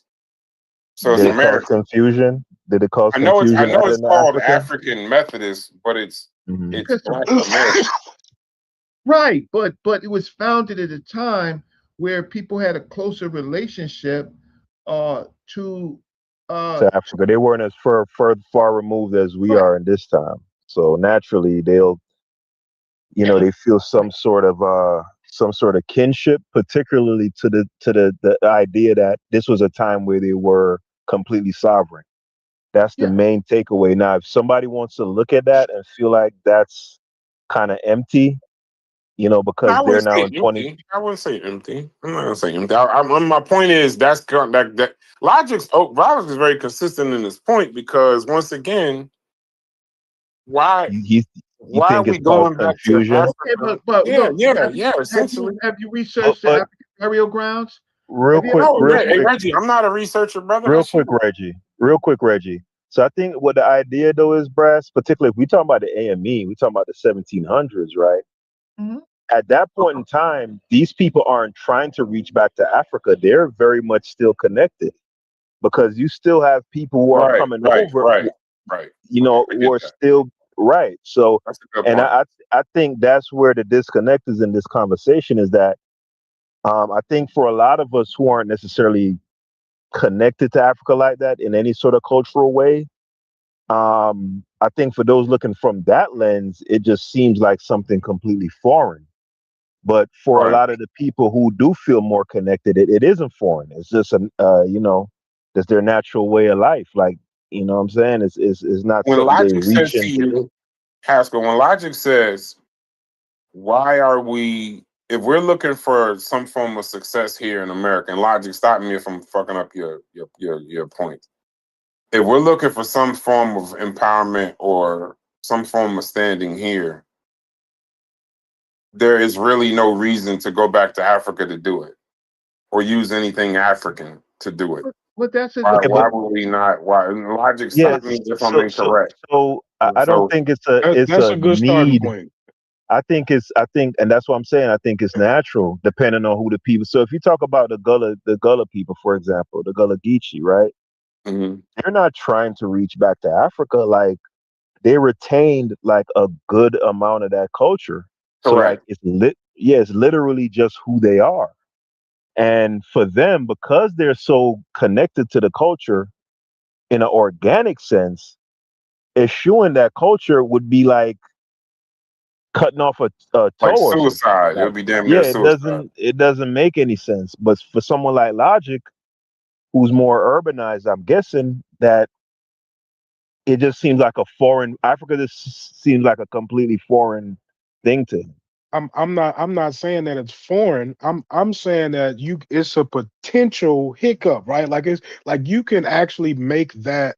I think that you can make that point even stronger, right? By focusing on just the American part of the issues and not convoluting it with how much Africanness we can actually put inside of that, right? But that's Because your opinion. That's and I mean, and you're giving me yours. Well, two things. Okay. Yes, I'm giving you a well-informed opinion of that courses logic. It's different Logic. It's well informed. Yeah, it's well informed. Hey, Reggie, I'm just saying that. So basically, wait, Logic. I ain't saying that more to cut him off because I know I cut you off, Reggie. I'm just saying that because when you said what you just said, I'm just telling you what Logic heard.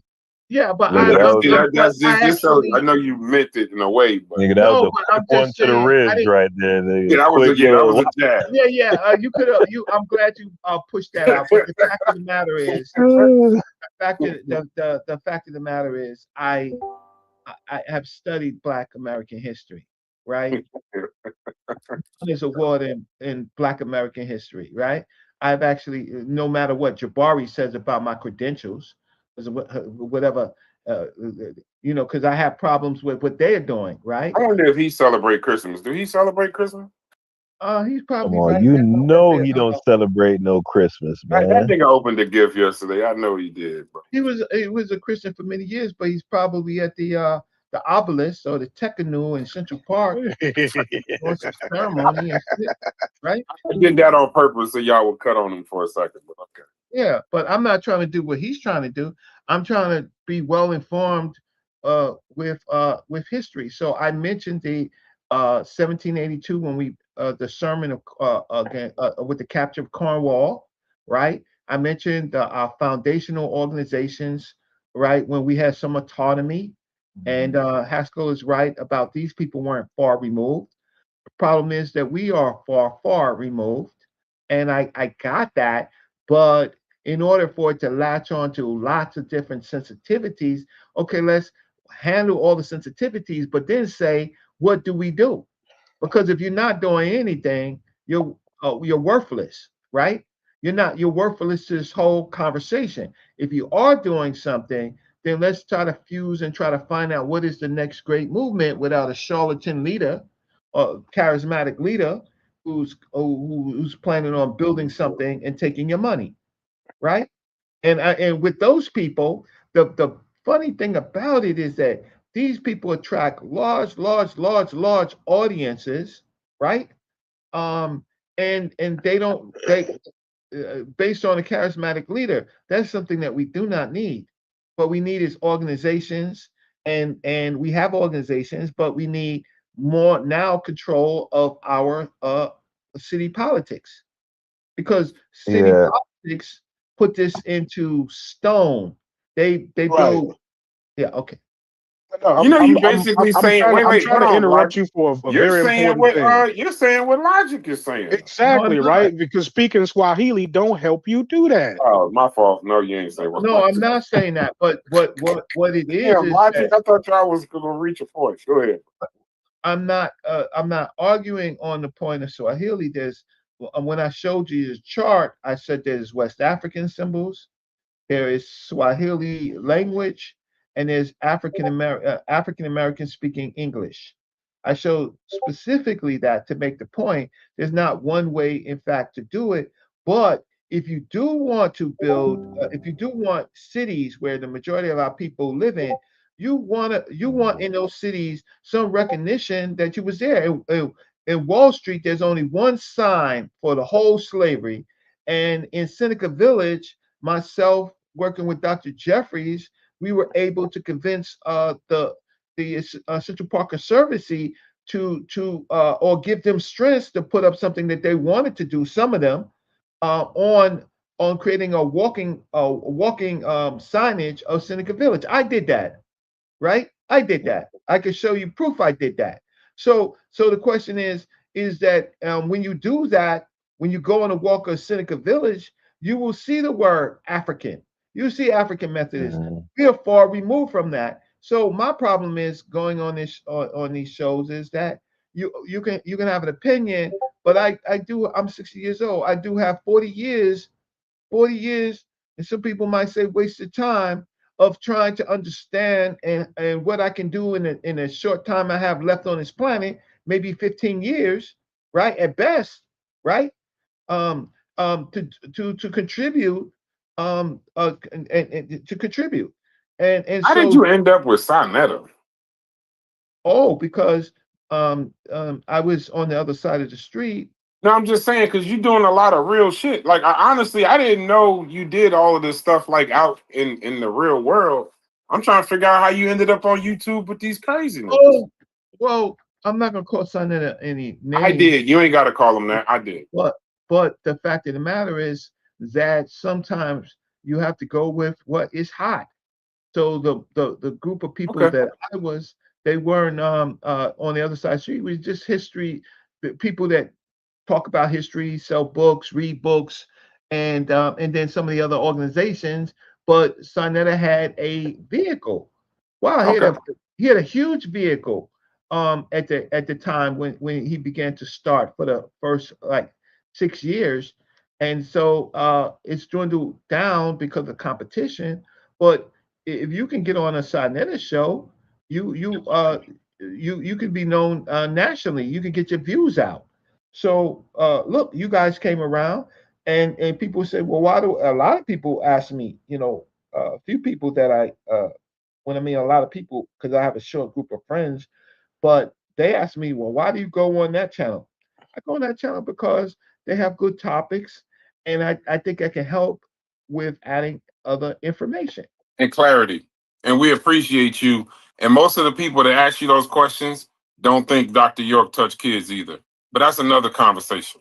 But I get Reggie. We appreciate why you coming. Why you listen? Because I just want to be clear. It's since we bring clarity, we appreciate what you bring because it's clarity. I didn't send that to Sonetta as a shot. It's just with all of that power and all of these influence and this, that, and the other. If you do have all of that power and you do have all that influence, and all you do is YouTube shows, a lot of times you educate me almost every time on stuff that you've done out in the public. And that thing you just said just then is that's more important than a 1 million viewed conscious community show. No, but I won't. But the problem is that that's not what they want to hear. What they want to hear is important, the controversy, right? Teaching history and stuff is boring. They like the controversy, right? What Marcus Garvey did, or they want to hear that. So I do know that. Your show is controversial, so I come on sometimes. It's the personal attacks that you see me crash out on, right? Your personal attacks come from don't come. It's funny. All your personal attacks don't come from nothing that happened inside of here. All that shit is some previous shit that happened on all these holier than thou scientific channels. The shit can I say something, bro? Stupid. Can I say something? Yeah, go ahead, because he's talking about Reggie did good today. Reggie did good today. But my name Stupies and Pigtail was to offend the Rastas who don't like pork. Because Stupies and Pigtail is a meal that they don't eat. That's why I called myself that. Because I got the Rastas hard. Now, the other thing I'm saying, that is why I came up with the concept of Negropean. Negropean is an African who wants to totally disregard any Africanness about him. The black man in America is still partially African. That's where he descended from. You can't. There's no red, white, and blue you can cover yourself with to take away where you descended from. But to have no reverence or respect for your origins, to only quote yourself in the red, white, and blue with the stars, and saying that we don't need where we come from, because anybody who have no knowledge of them past is bound to repeat their failures. I don't know who said that, but it is said, right? So when I hear somebody saying that, why we need to use some Africanness, when everybody else, although they cover themselves in red, white, and blue, still celebrate the origins, especially those from Europe. But we must be ashamed of our Africanness and use it as an anchor or an advil around our necks that is preventing us from moving forward. Who else ever said that? Are there anybody else that said their culture is an anvil or an anchor, is a heavyweight for them to carry? But yet still, it is easy for us to say that, because guess what? We're full-blown Negropeans. We think our culture is less than the European culture, so we embrace the European culture and try to disregard ours. So as soon as this is mentioned anywhere, we say, "Oh, the boogeyman." He's talking about the boogeyman that named Africa that lives under your bed, that will creep out and jump on you. That's true. That's right. Well, Stu Pease, what I'm saying ain't what you're talking about, right? So no, Reggie that's what you're saying. That's what you sound like. Listen, let me finish what I'm saying. So Reggie actually made a good point about something he accomplished in New York City, right? So we've been sitting here debating back and forth about how necessary. But you see, Let him finish. What did Reggie accomplish? What did Reggie accomplish? Reggie accomplished the acknowledgement of African in New York City. That's what Reggie accomplished. If it was you, you would have disregarded it, because the mere fact that it said African would be an issue to you. It cause confusion, it's going to cause confusion. But it's going to cause confusion. But you say you agree with what Reggie accomplished and not acknowledging that what Reggie accomplished. I like how you twisted that up. Now, can I finish my statement? All right, what did Reggie accomplish? Go ahead. Well, look, so since he got the acknowledgement to do that, right? I'm saying he didn't need to know Swahili to do that, right? He didn't need to the information of learning an African language to actually accomplish something good here in America. That's my simple point. I mean, you could try to distort it and make it sound. No, you see, you don't understand what he accomplished by merely representing Africa. He was representing Swahili. He was representing Igbo. He didn't need to speak Swahili. No, but by doing that, he was respecting all of the continents of Africa with all of their don't respect it. I'm saying in order for him to do it, he did not need to speak Swahili. That's what I'm saying, and you're not speaking to what I'm saying.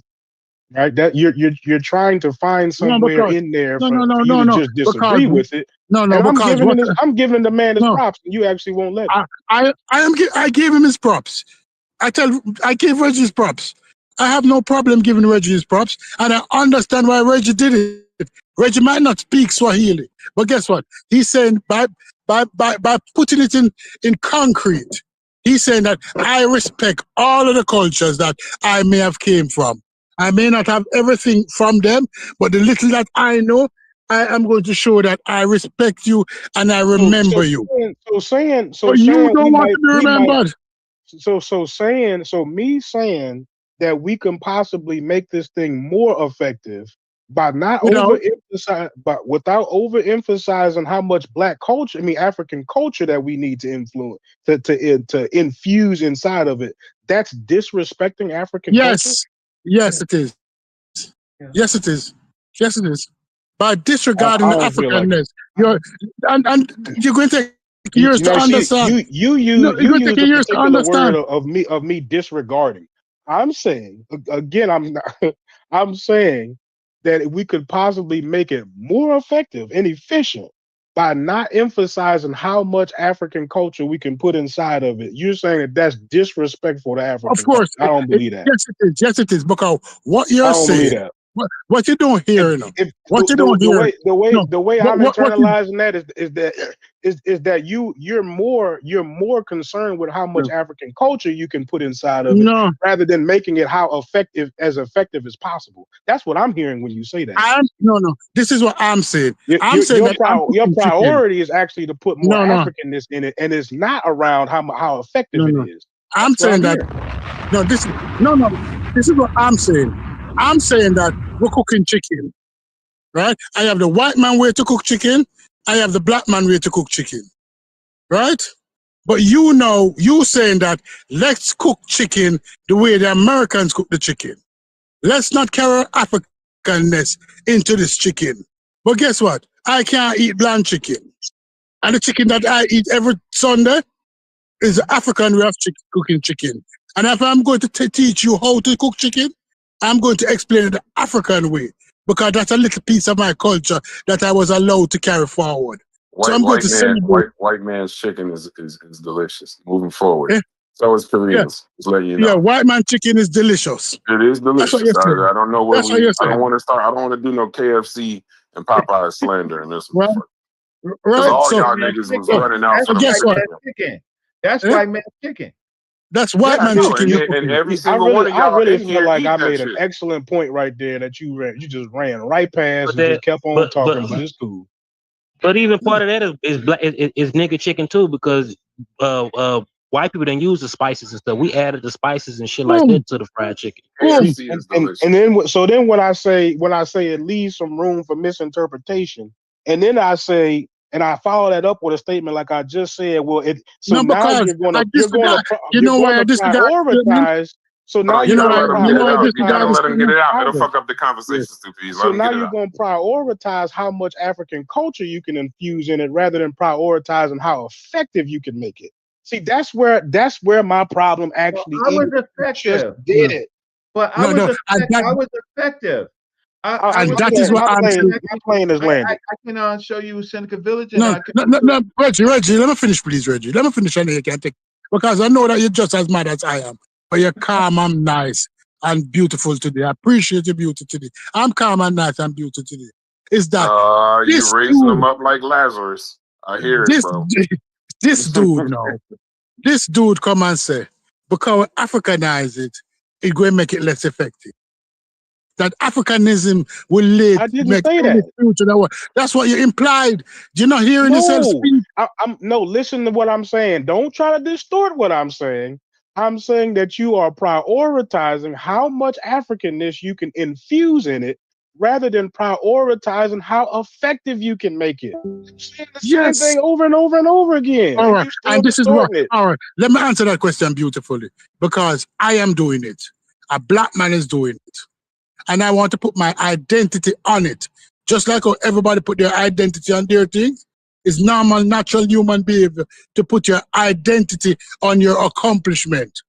When they carve the Statue of Liberty, she have a European nose.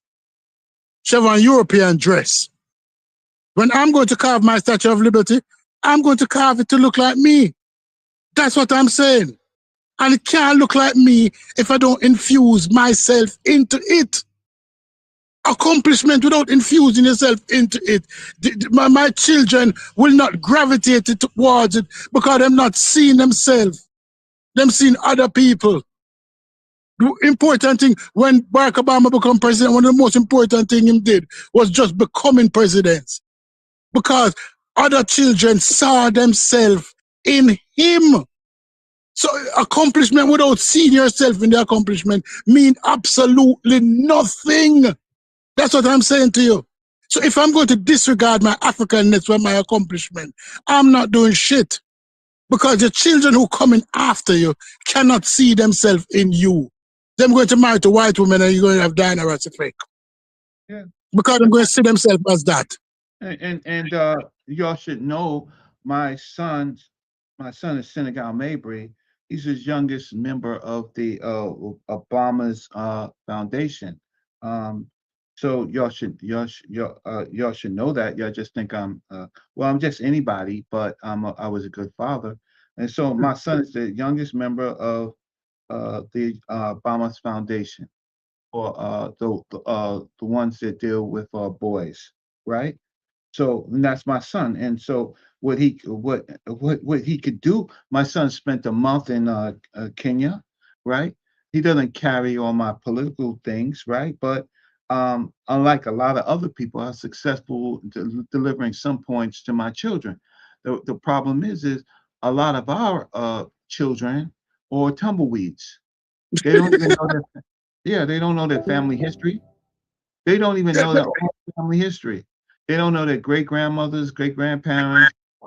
They don't know any of that. They're the ones, and that's what happens when you want to pick and choose what you want to remove. So they think that they are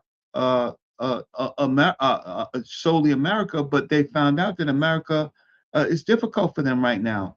America right now in the job market is AI, and they can't figure out why they can't get jobs because the European in America, they write the AI models. So it's designed to pick you out if you have any affinities to to an anchor, right? And Africa is a word that Africans didn't create; Europeans created.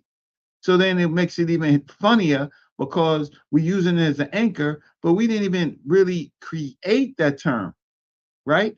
That was a name that was put on us, one of the names that was put on us because it grouped us all from where we were kidnapped from. So it becomes so now, okay, so Africa is a European word. It's not a black word. So now the way we go from there. So it gets so complicated when you don't understand history. Good job, Stu Pease. Because then it gets so contradictory. And the Statue of Liberty. Well, the Statue of Liberty was given by the French to the United States after slavery. The Statue of Liberty has chains on its feet, right? It was created by Lefleur Dubélé, and if you do the history of it, the original designs of it was a black woman. America did not want that, right? So there's a lot to learn in history. So we should disconnect ourselves from history too, or only the history that Europeans, when they don't want any of this taught in the school system, right? They don't want anything about Africa being taught.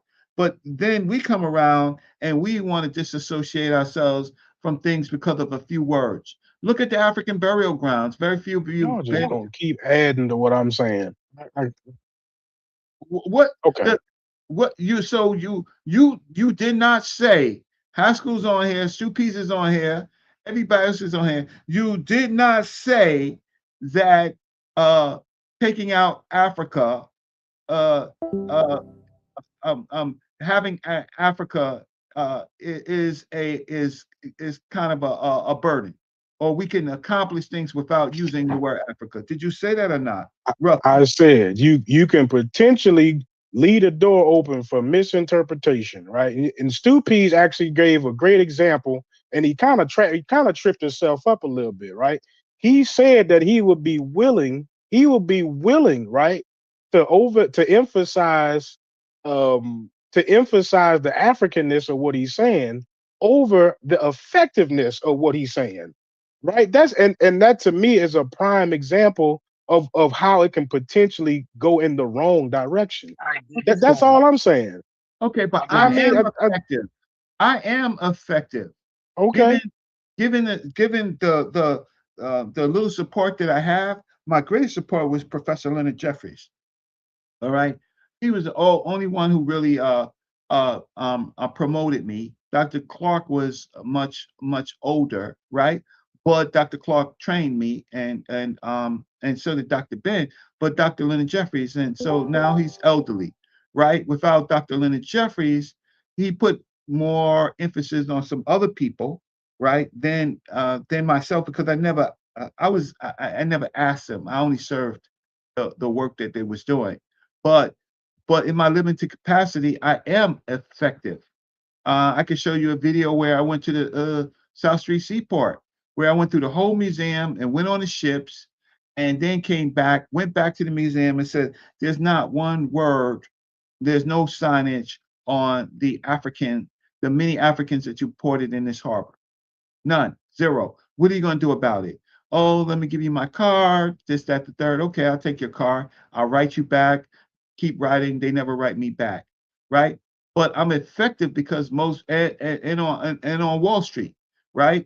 But the problem is people. My problem is our people disassociating themselves from these things, and that's what I'm concerned about. I'm not concerned about everything that you said, but picking and choosing what they did in the 70s for 60s and 70s for what they did, and all we're doing right now is celebrating as a holiday, and somehow saying that the holiday that people choose to celebrate is not valid because there's Swahili in it.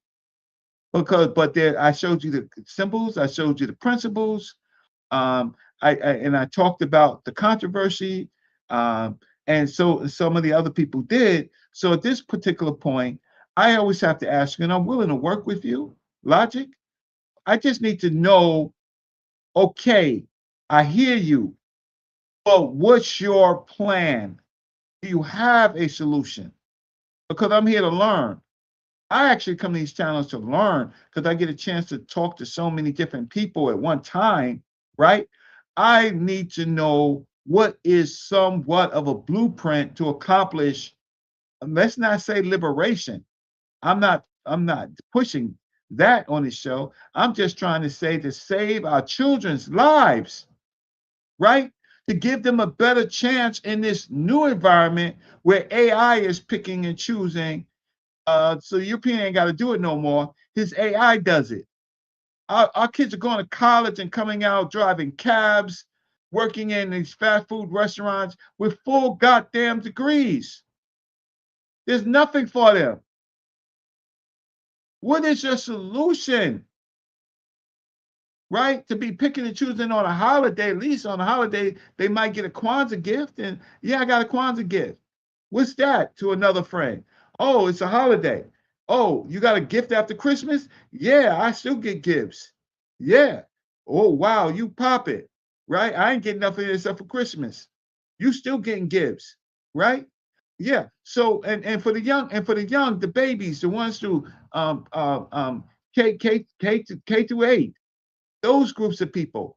What is the solution that's going to help us to get something off the ground? Disassociating ourselves from Africa, picking and choosing, is not going to help us because when we go to city councils in black in majority black cities, you can hear something that they can work on. They can work. Africa is still fresh. You can still work on it. African American is still fresh, right? Harm based. It's still fresh. So I got your point. I'm just trying to. I'm gonna mute my mic. I'll spend a few more minutes listening. What is the damn solution? What holiday? What do we use as a vehicle to at least talk about ourselves? I guess, just maybe, I guess it speaks Swahili, man. I don't know. I don't think the title of the show is "I Got the Solution." Finally, I just simply said that maybe we can limit some confusion and maybe streamline this and make it a little bit more effective. That was what I was talking about. I didn't say I was smarter than all the rest of y'all and I got it figured out and y'all don't. I said that this is no, you're not, right? But look, I'm being serious when I'm saying I think that when you say that you've given up. You've given up to the point where like we're not talking about what I was talking about, right? You're now trying to tell me that because I got a critique, I also got the solution. And I ain't said that. No, that's a responsible thing. That's what we do. That's what European think tanks and stuff. This is a think tank. So we get a chance to hear, right? And to think and everybody's here to learn, right? So I'm saying, but the responsible thing to do is to ponder a good thought about it, because it's not about, this whole thing is not about Swahili, because I showed you the symbols, I showed you the colors, I showed you the symbols. It's more to it than just the daggone terms that most of us can't pronounce. Okay, I'm gonna mute my mic, but I just want my tone today My tone today is not to fight anybody. I haven't called anybody a name per se, but my whole thing is, if we are not knowledgeable, our generations will be not knowledgeable, and they won't have a way in which to fight. They won't be able to see disparity and discrimination. They won't be able to see those things simply because the AI detected that they're black. I got a degree in computer science. When computer science was really hot, first, not the first Black American, but among the groups of Black Americans that got that degree. I couldn't work in corporate America, right? Because during the interviews they would ask me, "Do you have white friends? Do you play golf? You play tennis? You play hockey? Huh? I know some white people. Since you want to ask me a trick back question, so I had a wasted degree for many years. Well, unlike other people who claim to have something like somebody, this dude Jabari started talking about my credentials as if I don't have any credentials to talk about Black studies. But I worked in my field. Right? I'm so mad about that. I can't tell you how some comedic person want to get out there and starts arguing my credentials, but don't argue his teacher's credentials or the rest of the people around him, their credentials, but he want to argue my goddamn credentials, and I got a degree in engineering. And says, but I still don't know nothing about Black studies, but everybody knows my relationships, and he can't show real relationships with the greats. He can show them talking to him. He can show them talking to him or being a little student, but he can't show any real work acting. Oh, he want to go to his Cornell University and talk about how he worked with the Black Studies Department there, right? Fine. I taught James Turner, Dr. James Turner, the head of Cornell University, how to use the computer at the Schomburg Center for Research in Black Culture at the New York Public Library. I taught an institutional leader how to use and 100 more visiting scholars how to use a computer, right? The IBM PC, how to do word processing, write documents, right? But I got some comedic dude talking about my credentials and then playing a victim when I talk about them. Don't ever talk about my credentials, right? Because I can show you real work in the Black community, not no preaching. I'm so mad about that, man.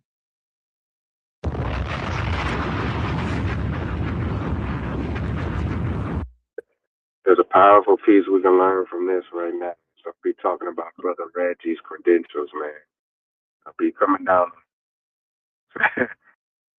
Take note of that right now. I get all this conversation. Oh, look, you breaking up, man. You breaking, whoever's that is, you breaking up. This is me. We're trying to speak a little But the point is that you guys can do better. You guys can do more. I'm old. I'm Hey, washed up. Reggie, You can do more. Reggie, let Mujasi go. Let Mujasi go. He had to talk kind of low. Sorry about that, brother. I'll try to speak up as loud as possible. So this is a conversation that you and I had. Of course, we never came to conclusions because this is a layered topic that requires a lot of things. You're asking a question about Swahili and its relationship to Black empowerment and seeing if there's a correlation or a direct ties to it's deep because what you're doing is you're using that conversational catalyst to unpack a lot of things around identity, around orientation, around politics, culture, and all of those things. I think somebody earlier said, past, they said it's all puzzle. Might be a chef, but it's all truth. Very much. I think one thing that I can take with you to kind of, I wouldn't say validate, try to put myself in your shoes of your perspective, of your question is, how do we safeguard any movement